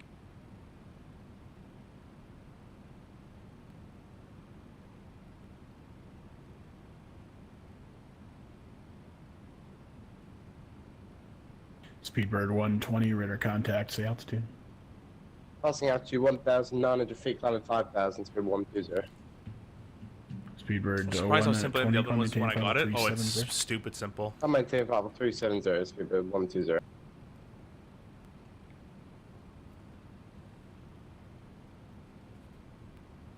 Just crossed the Canadian border, pitch black everywhere, beautiful. Exactly, yeah.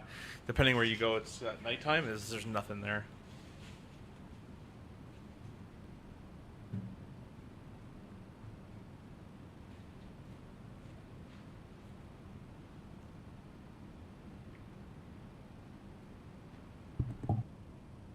Speedbird 120, clear direct washer. Right, washer, Speedbird 120.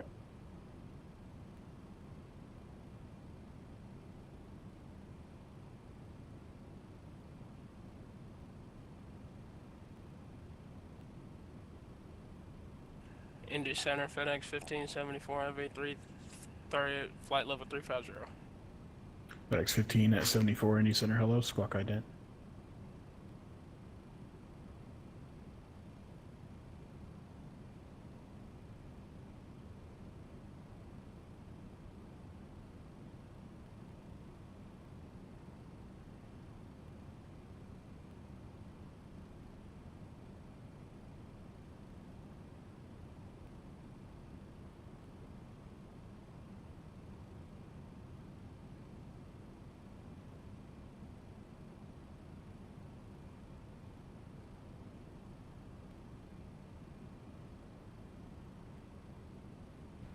Rick Bruno flying one jet in the Msfs. Yeah, that's why I own like almost everything.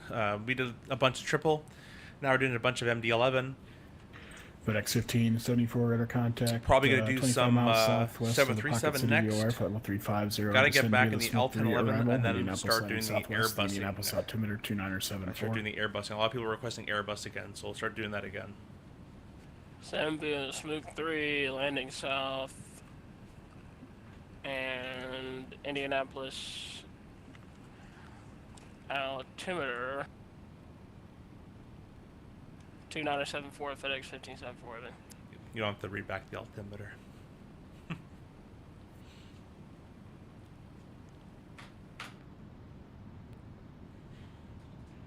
Indiana Thunder, World Express 866, request push engine stop. World Express 866, push and start to your discretion, call me for taxi at spot 54. We come back to you with the taxi, that was Express 866. Same Arab jets? Yeah, that's why I switch around. 727, MD-11, 320. I just switch around. I have it all in my brain memorized, so it's just... UPS 164, do you have a preference for the left or the right side today? I was planning for 17 left, but it could do both. UPS 164, how do you expect the ILS running 17 left approach? LS 17 left approach, GPS 164.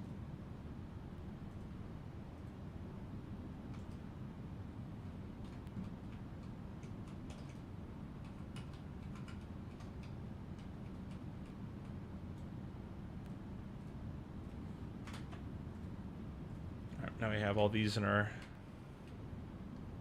arsenal of views.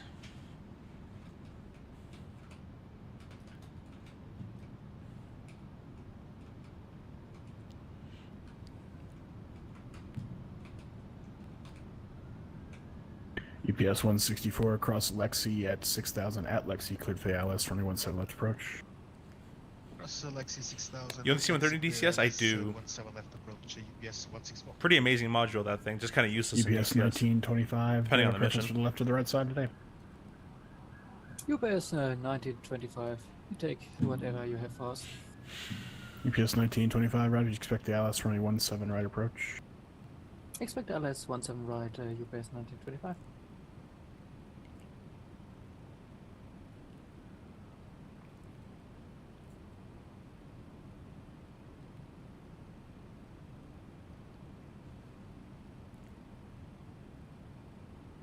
Mr. Adam is just coming into the Delta 9225, control I'm trying to space get as well. flight level 340, your clearance was 300, is 340 where you want to stay?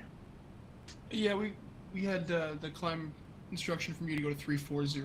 We're in the soup, so we can go wherever you need. Delta 9225. We're in the 9225, just maintain flight level 340. Your IFR. That doesn't matter. 340 Delta 9225.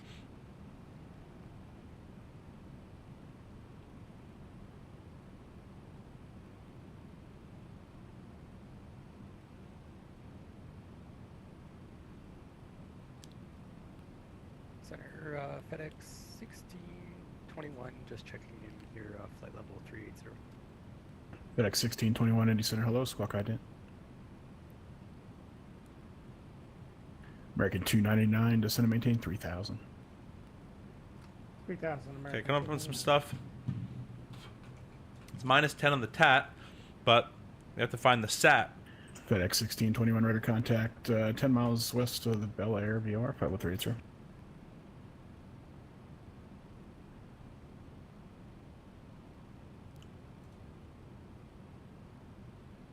Huh.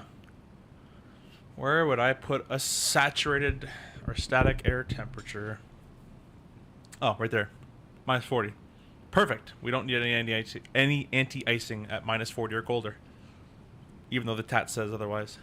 Delta 9225, contact Atlanta Center 132.9 or 7. 3297, Delta 9225.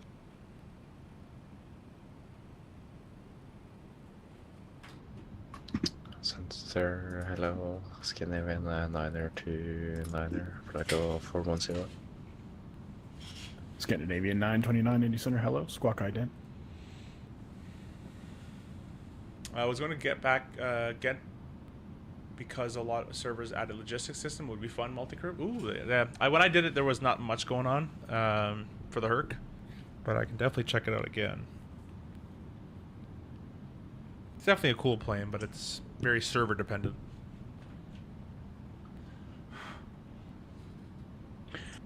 Scandinavian 929. The first stream back, I'll probably be in the big end or something. something. Clarksburg 50410.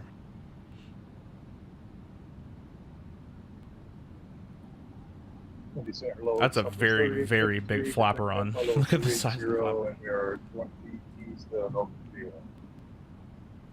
Southwest 3853 Indy Center, hello, radar contact.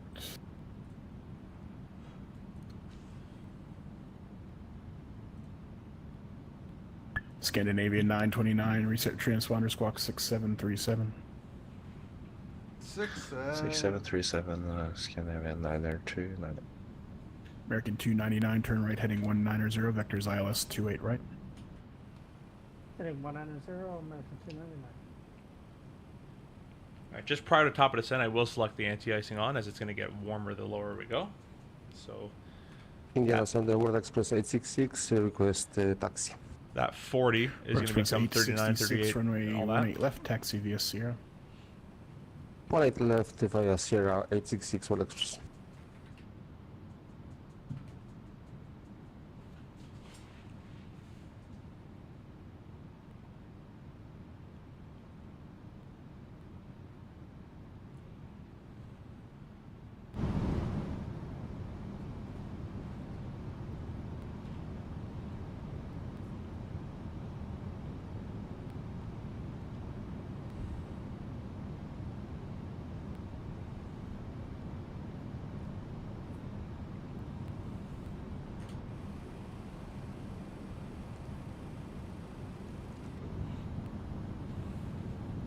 See if GFX does the wing fading with the cloud here.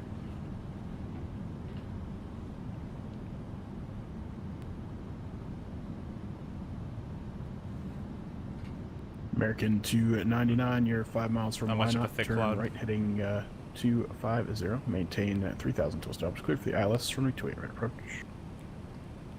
Right, heading 250, is that the What did I say? 25 right? That's what I was 250. About the Herc? That is very server based. Indy Center, hello. King Air 420 Golf Lima with you, flight level 290. Or 420 Golf Lima, Indy Center, hello, squawk ident.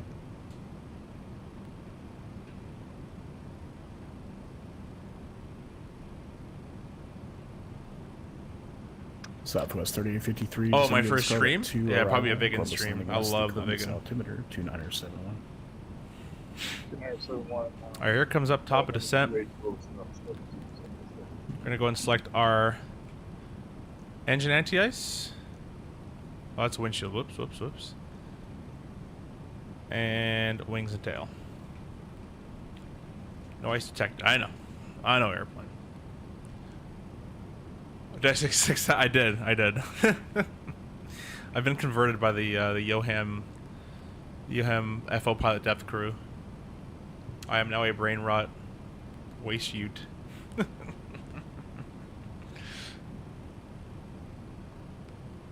All right, leaving 30,000 for 5,000 initially for 24. American 299, the Columbus winds 23012, runway 28 right, clear to land. Clear land, runway 28 right, American 299.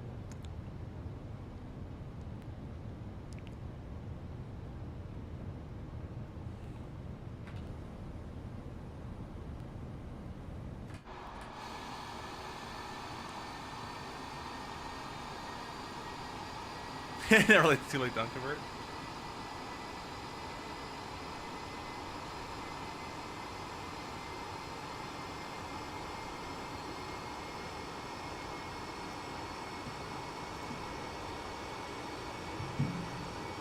November 420 Golf Lima. Ident not observed. Reset transponder squawk 3035. Alright, 3035, 420.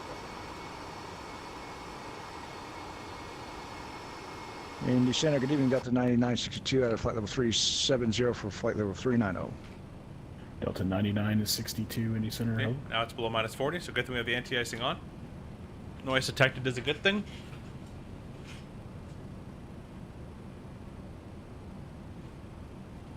Richard Chaplin, thank you so much for the subscription. I really appreciate that. Hope you're doing well. Radar contact. Thanks for joining the show. Northeast of the Terre Haute, you are. You're joining us on the top of the descent here into Indianapolis in the beautiful MD-11 freighter. Yeah, Burke, you're the only one here. There's 20 people watching, but no one's commenting. Everyone's just chilling.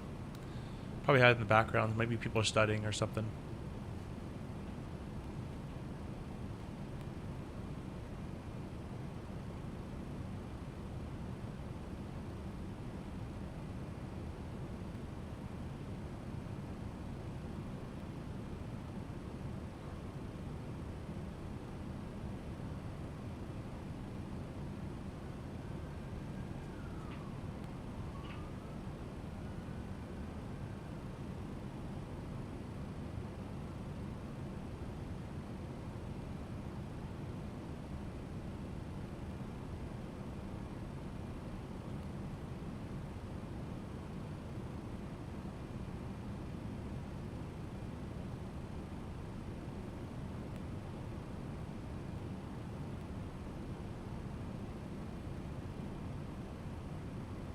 FedEx 1722, you expect the Alice from a 23 left approach. 23 left, yes, FedEx 1722, thanks. FedEx 15 at 74, you expect the Alice from a 23 left approach.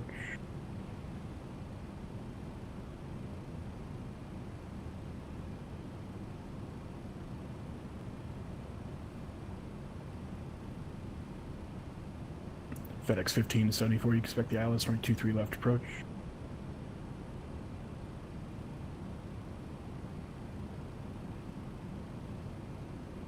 For 1621. That's FedEx 15 at 74. FedEx 1574, have you said that one more time for me? It was kind of choppy. FedEx 15 at 74, expect the ILS from a 23 left approach. Expect ILS 23 left approach, FedEx 15. UPS 19 at 25, just to maintain 4,000. Center maintain 4000, UPS 1925. UPS 1 at 64, the Louisville winds 20010 gust 20. I'll leave the icing on. We're going to go right back into it here shortly. Let's get our weather train radar on. Yes, so once it's tilted about a minus American 19 at 74, just to maintain level 300. Descend on the maintain flight level 300, American 1974. Probably ask for deviations left for weather here. Wonder if I can actually paint ground. Nope. Yeah, it's only yellow. We'll go through that. That's not a big deal. Put the belts on. No one on the plane anyways.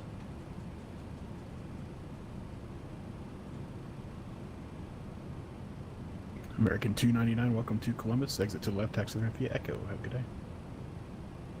Yeah, except to the left, taxi around the Echo, American 299.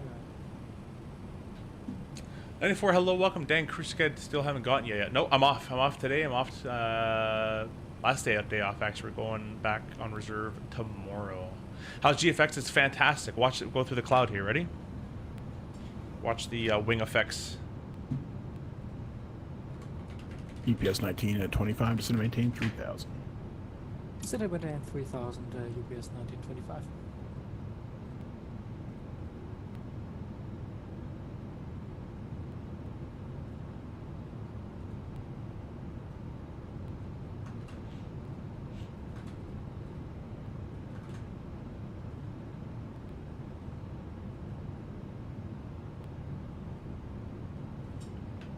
World Express 866, fully ready for takeoff.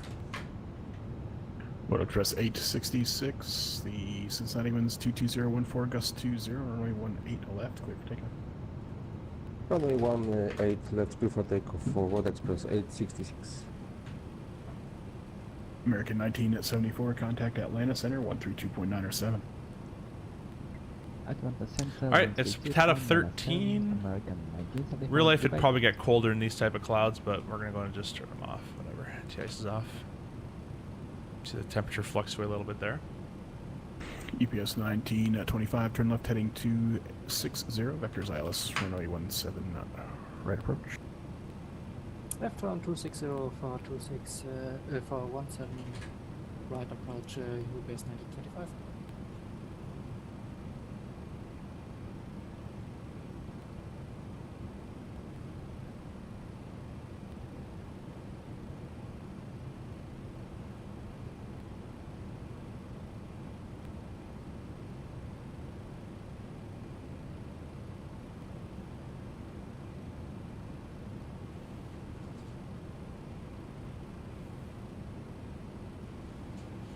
Go ahead and start my flight recorder.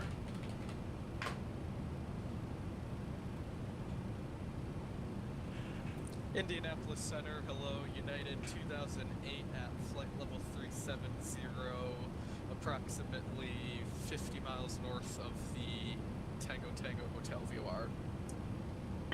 United 2008, Indy Center, hello, radar contact, Clementine Pablo 390. And United 2008, can we actually amend that to stay at 370? Our FMS is not allowing us to go to 390 at this moment. Yeah, 2008, sure, maintain 50370. Maintain 370, thank you, United 2008. UPS 1925, you're 6 miles from Bluegrass, turn left heading 200, maintain 3000 to establish, clear for the ILS, runway 17 right approach. Left round 200, maintain 3000 until established, cleared ILS 17 right, UPS 1925. Indy Center, good afternoon. FedEx 898 with you, file 360. We're about 20 east of Alpha Papa Echo Vortex. FedEx 898, Indy Center, hello, radar contact. World Express 866, radar contacts. It's going to start slowing down here shortly. It knows it can't be below 250 at World Express 866. or above 250 at above 10. World Express Or 866. below 10. Words are hard today. 330. 330, World Express 866. That's nice. Finally, good dynamic effect. Yeah, it's really, really cool looking. To arrival. Really, really cool. Indianapolis heading southwest. I see Newark still having the same garbage weather. Yeah, it is. We're getting really bad performance in Newark today as well. See you later. Hope you have a good landing. Maybe we can play a game sometime. Probably tomorrow or maybe Monday. But we'll see. Girlfriend's coming over on the weekend. Ali, thank you so much for subscribing there. Appreciate my friend. 22 cross Larry at 5000 at Larry. You're cleared for the ILS, running 23 left approach. Larry at 5, cleared ILS 23 left approach for you, Larry. It's FedEx 1722. Larry 5000 210 is all. It's all in there. We have been cleared that, and it's already connected, so that's all good. I'm to disconnect, but thanks for the ATC. Enjoy them. Delta 9962. Have a good night. Coming up on 10,000 feet, we'll get our lights on. Give the double ding, although it's freighter. They probably don't do that, freighter. But anyways.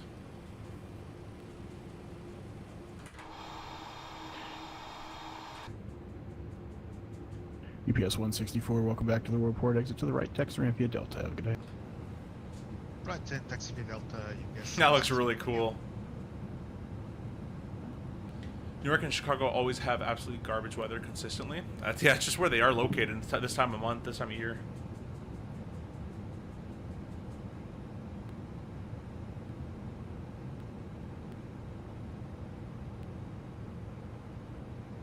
UPS 1925, the local winds 20010, gust 20, runway 17 right, clear line. 17 right, clear to land, UPS 1925. Looks so good. It does look really good, guys. I'll turn GFX off.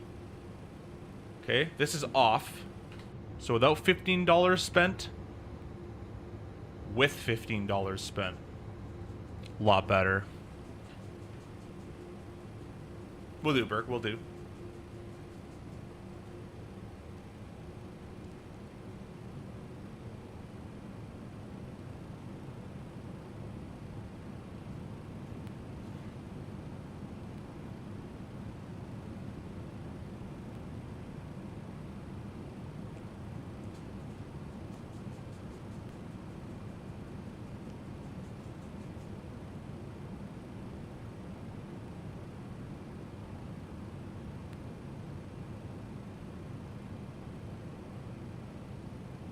Indy Center, good day, KLM 623 for light level 360 inbound Hotel Victor, Quebec.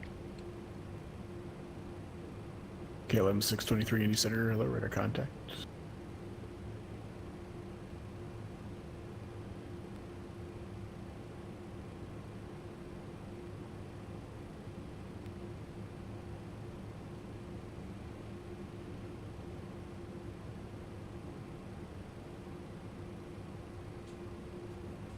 Southwest 3853, expect the Alice running 28 left approach.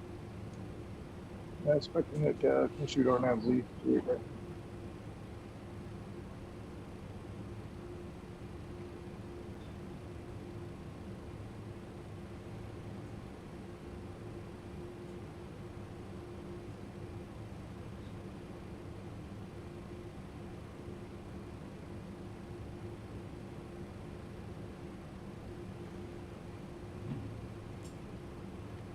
Scandinavian 9 at 29, contact Atlanta Center now, 132.907. Contact 132.975, Scandinavian 929, but. Alright, Lariat 5 is coming up. We've been cleared for the approach. And we are inside the 25-mile safe, so we can go down to 31.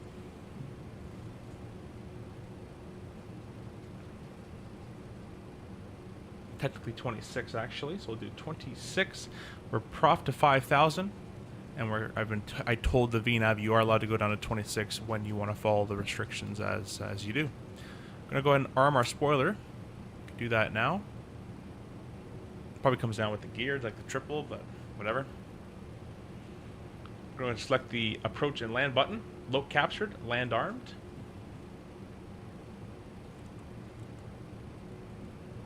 We'll stop it at 4,000 feet in that case. And we'll start to slow it up. Let's go flap and slat 1.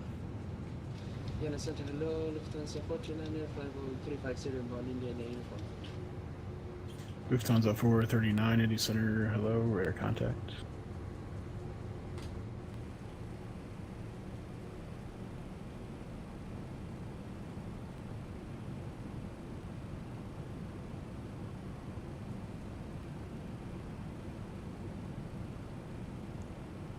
UPS 1925, welcome back to the worldport. You can exit to the left, text the ramp via Bravo. Have a good day.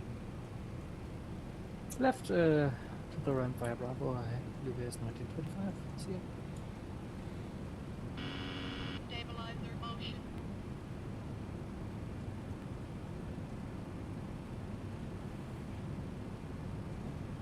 There's Larry at 5,000. KLM 623 traffic, you're 12 to 1 o'clock, about 15 miles southeastbound, level 370 is a heavy 777. Traffic is light slope capture. 623. Walker 251 traffic, you're 10 o'clock, about 15 miles southwestbound, flight level 360 is a heavy 777. Alrighty, we're gonna go ahead and grab the gear down here. Can't even really see it. There you go. FedEx 1574 to maintain 4,000. Down 4,000 FedEx.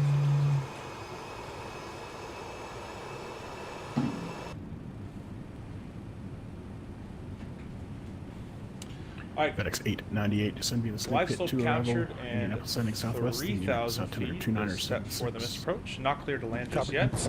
Gears 4 green, spoilers arm, auto brakes, holding up the flap. Select our flap 28. Start a recording.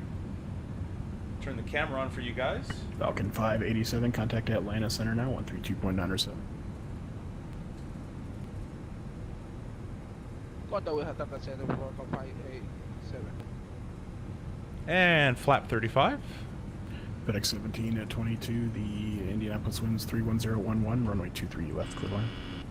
Kidland 23 left, FedEx 1722. Alrighty, and we have our flap. Oh, that's 50. We don't want that. We want flap 35. Delta 16 at 52, going to be leaving airspace to the west. Kansas City Center is offline. Radar service terminated. Frequency change is approved.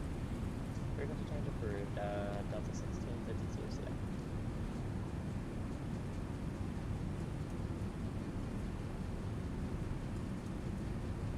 Got configured a little early. That's okay. Rattle's alive. 2500.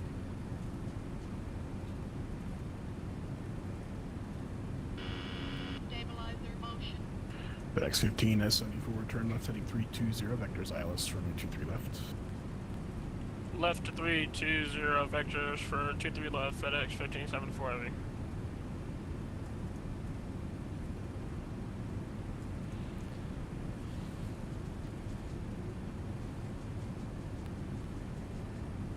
Is that an airport map? Well, it's the terrain, I guess. FedEx 1621, you can expect the ILS runway 23 left approach. 23 approach for FedEx. Oh, look at that.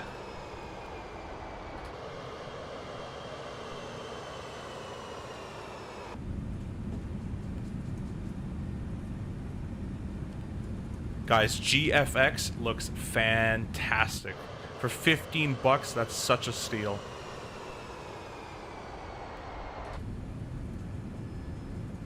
FedEx 15 S74, you're 4 miles from Bird, turn left heading 260, maintain 4000 until established clear for the ILS runway 23 left approach.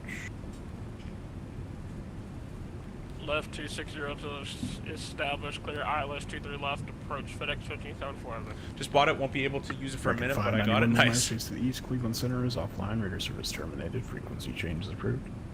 Frequency change approved, American 591, goodbye. Runway's in sight. Walker 251, going to be leaving airspace to the east, Washington Center is offline, radar service terminated, frequency change is approved. Over to Unicom for Walker 251 heavy, thanks. It's getting a little unstable there.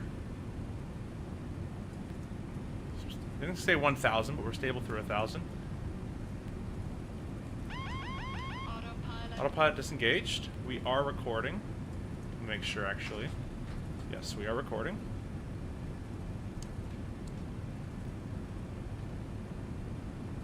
Now, I don't know at this airport if the glide slope is correct. They seem to be quite matched up quite well, actually, correcting on height. 500. 400. 400. Getting battered around quite a bit. Gonna need a lot of rudder here. Minimum 200. Going right for center line.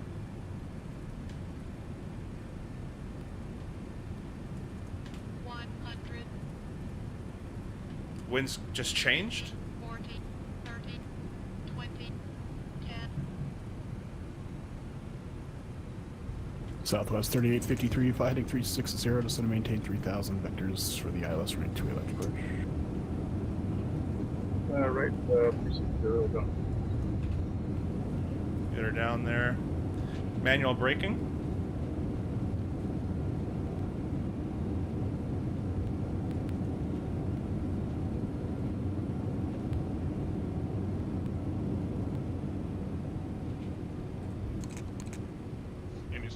Versus are stowed. Leaving 240 for 350. Next is a ferry. Southwest 933, Indy Center, hello, squawk ident. Squawk guidance on 930. FedEx 1722, welcome to Indianapolis, exit to the left, taxi ramp via Delta, have a good day. Left via Delta over the ramp, FedEx 1722, thanks. FedEx 1574, the Indianapolis winds 31011, runway 23 left. We'll stop the replay there. We'll get clear. We'll do our after left, landings. clear to land, FedEx 1574 heavy. Definitely a workout that FedEx landing. 16 at 21 cross the winds were quite 5,000 interesting. Clear for the ILS runway 23 left approach. Cross Larry at 5,000 at Larry cleared ILS 23 approach, FedEx 1621. Southwest 933, you're radar contact, 20 miles southwest of the Livingston VOR. Climb maintain level 350. Climb 350, Southwest 933.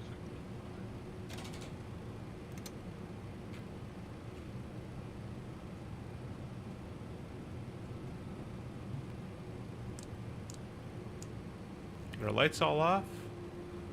Strobe light off as well. We'll get our transponder set to transponder. Weather radar is off. Should have told GSX. Oh yeah, it doesn't work. Never mind. Disregard my GSX comment. Mr. Fly with Adam should be coming in any second here.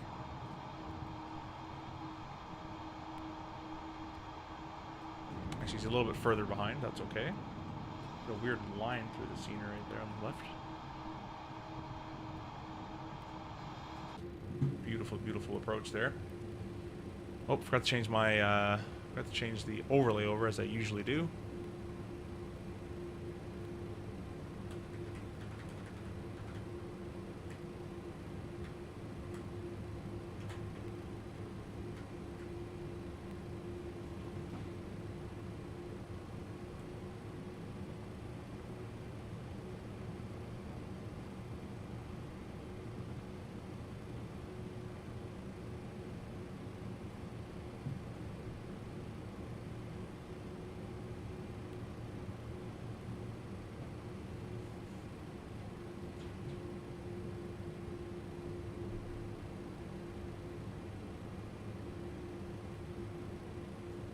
KLM 623, contact Let's go ahead and start the APU. 2.9 or so. 132.97, KLM 623 FE, bye-bye. Keep clicking that one by accident. World Express 866, going to be the Meyer space to the north. Cleveland Center is offline. Radar service terminated. Frequency change is approved. Have a good day. Frequency change approved for World Express 866. Thank you very much. Bye-bye. Right, auto brakes are off.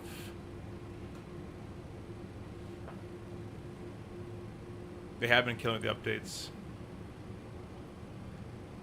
Been doing quite a lot of them.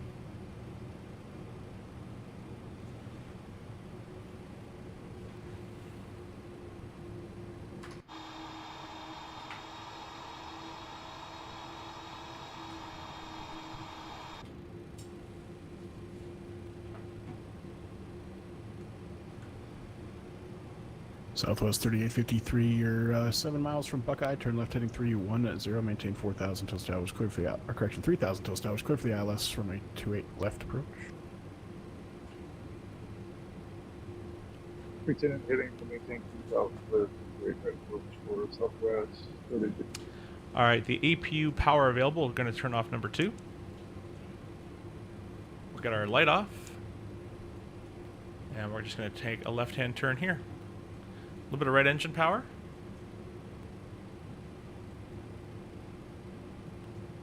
Pop it right around the corner.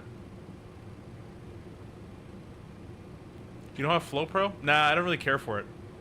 I don't really see a need for it. A lot of people love it, and that's fine. I just don't really care.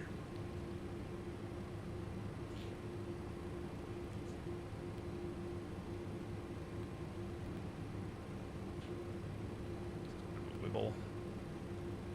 A little bit of wobble. FedEx 574, welcome to Indianapolis. You can exit to the left when able. Taxi right via Delta. Have a good day. Exit left when able to the right via Delta FedEx 1574. Alrighty. Parking brake is set. The other two engines can come off the line.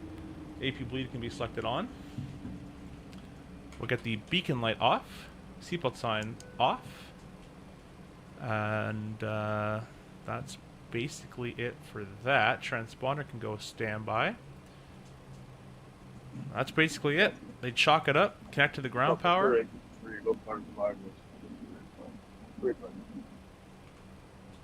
To turn off the APU. Southwest 3853. Roger, the Columbus winds 23012. IRS is off. 28 left, clear line. No smoking off. Emergency lights off. EMR power off. External power off, and battery off. That's pretty much it, guys. That is the beautiful MD-11 freighter. A little firmer landings than our other two streams. Still safe and within limits and all that kind of stuff. But the MD-11 is does land a little firmer. If you guys go watch the videos on MD-11 landings, they're always a little firm landings. So the goal with this airplane isn't to always grease everything, just like any airplane. So, you know, firm landings are more than acceptable. But still a good one. We're going to go and do the replays now. Let's get our iPad back up and running. If I can get the iPad view. There we go. State. We're going to click ready to fly. It's going to fire up everything for us. In the meantime, let's see where Mr. Adam is. He's still a little far on approach there. Just about the 13-mile mark area. He said he's sorry about the very late contact. American 37 flight level 320. American 37 80 center hello, squawk ident.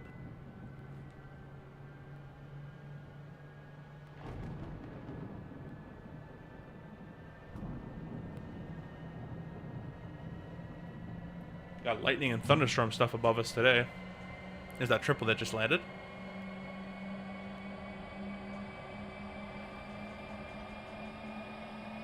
FedEx 898, you can expect the ILS. We're going to go ahead and set flap 35.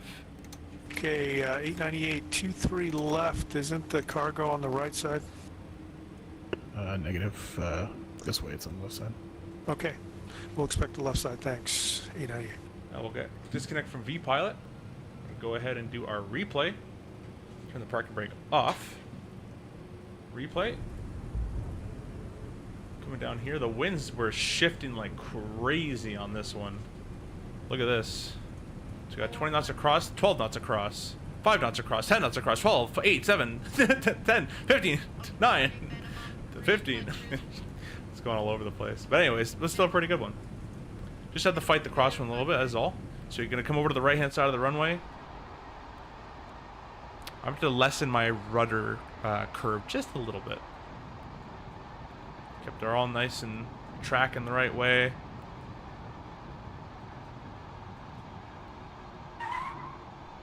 Yeah, a little firm. That's okay.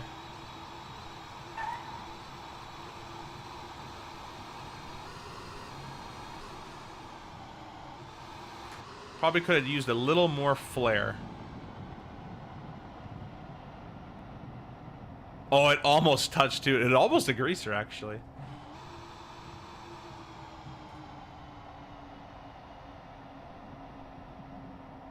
Oops. That's okay.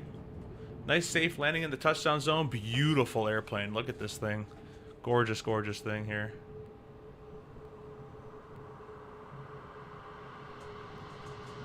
Yeah. Firm, but still safe. Very, very acceptable. Got her down. Let's watch from the wing here. Get rid of these spoilers for you.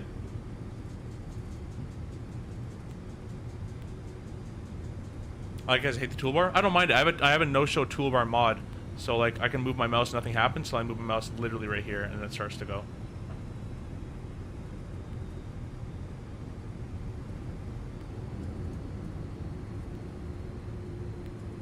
Perfect flare. Thanks, appreciate it. I won't call it perfect, but it was definitely all fine. Normal landing. Normal landing for a MD-11.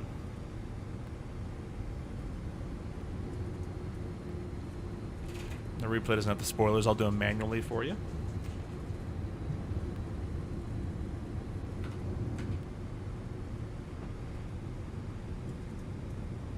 If you guys want to see GFX, I'll go ahead and put the cinematic mode on. There you go. There's cinematic mode on.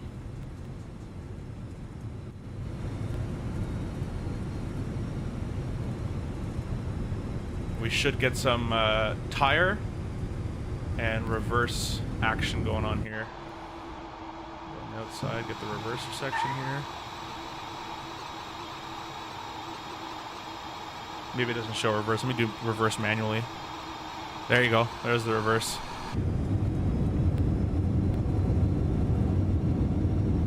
So I'll turn cinematic mode off. And that's what's going on there. We'll do a few more replays and then we're gonna call it a day there, guys. Really hope you guys enjoyed the stream. I'm enjoying making it.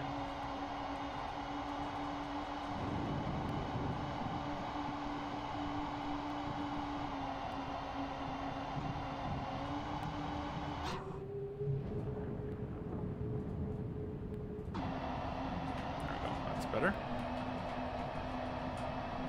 Myself right around here. I'm gonna press track aircraft on and chase plane.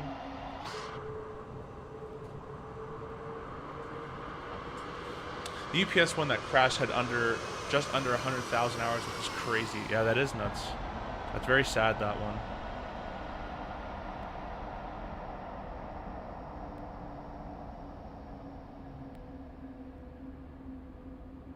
Yeah, I have to fix my... Let me do that right now because I'm going to forget. Controls. Rudder pedal. Oh, that's why. It's set to the wrong one. I'm like, the rudder pedals feel really, really heavy in this thing. Now I can go ahead and actually add rudder pedal for my correction on the winds. Alright guys, with that, we are going to call it a day. I really appreciate all you guys stopping by, watching the streams as you guys do, the likes, the comments, subscriptions. Thank you guys so much. We will see you guys in the next one. We're going to set up a quick last replay for you guys. And we're going to call it a day.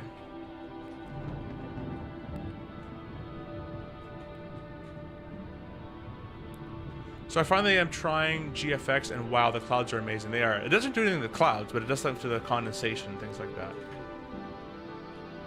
Alright guys, if you guys are ready, we're going to go ahead and start the replay from here. I'll be signing off for the rest of the day today and maybe the rest of the weekend, but we will see you guys in the next one. Hope you enjoyed all the streams so far. Bye-bye for now.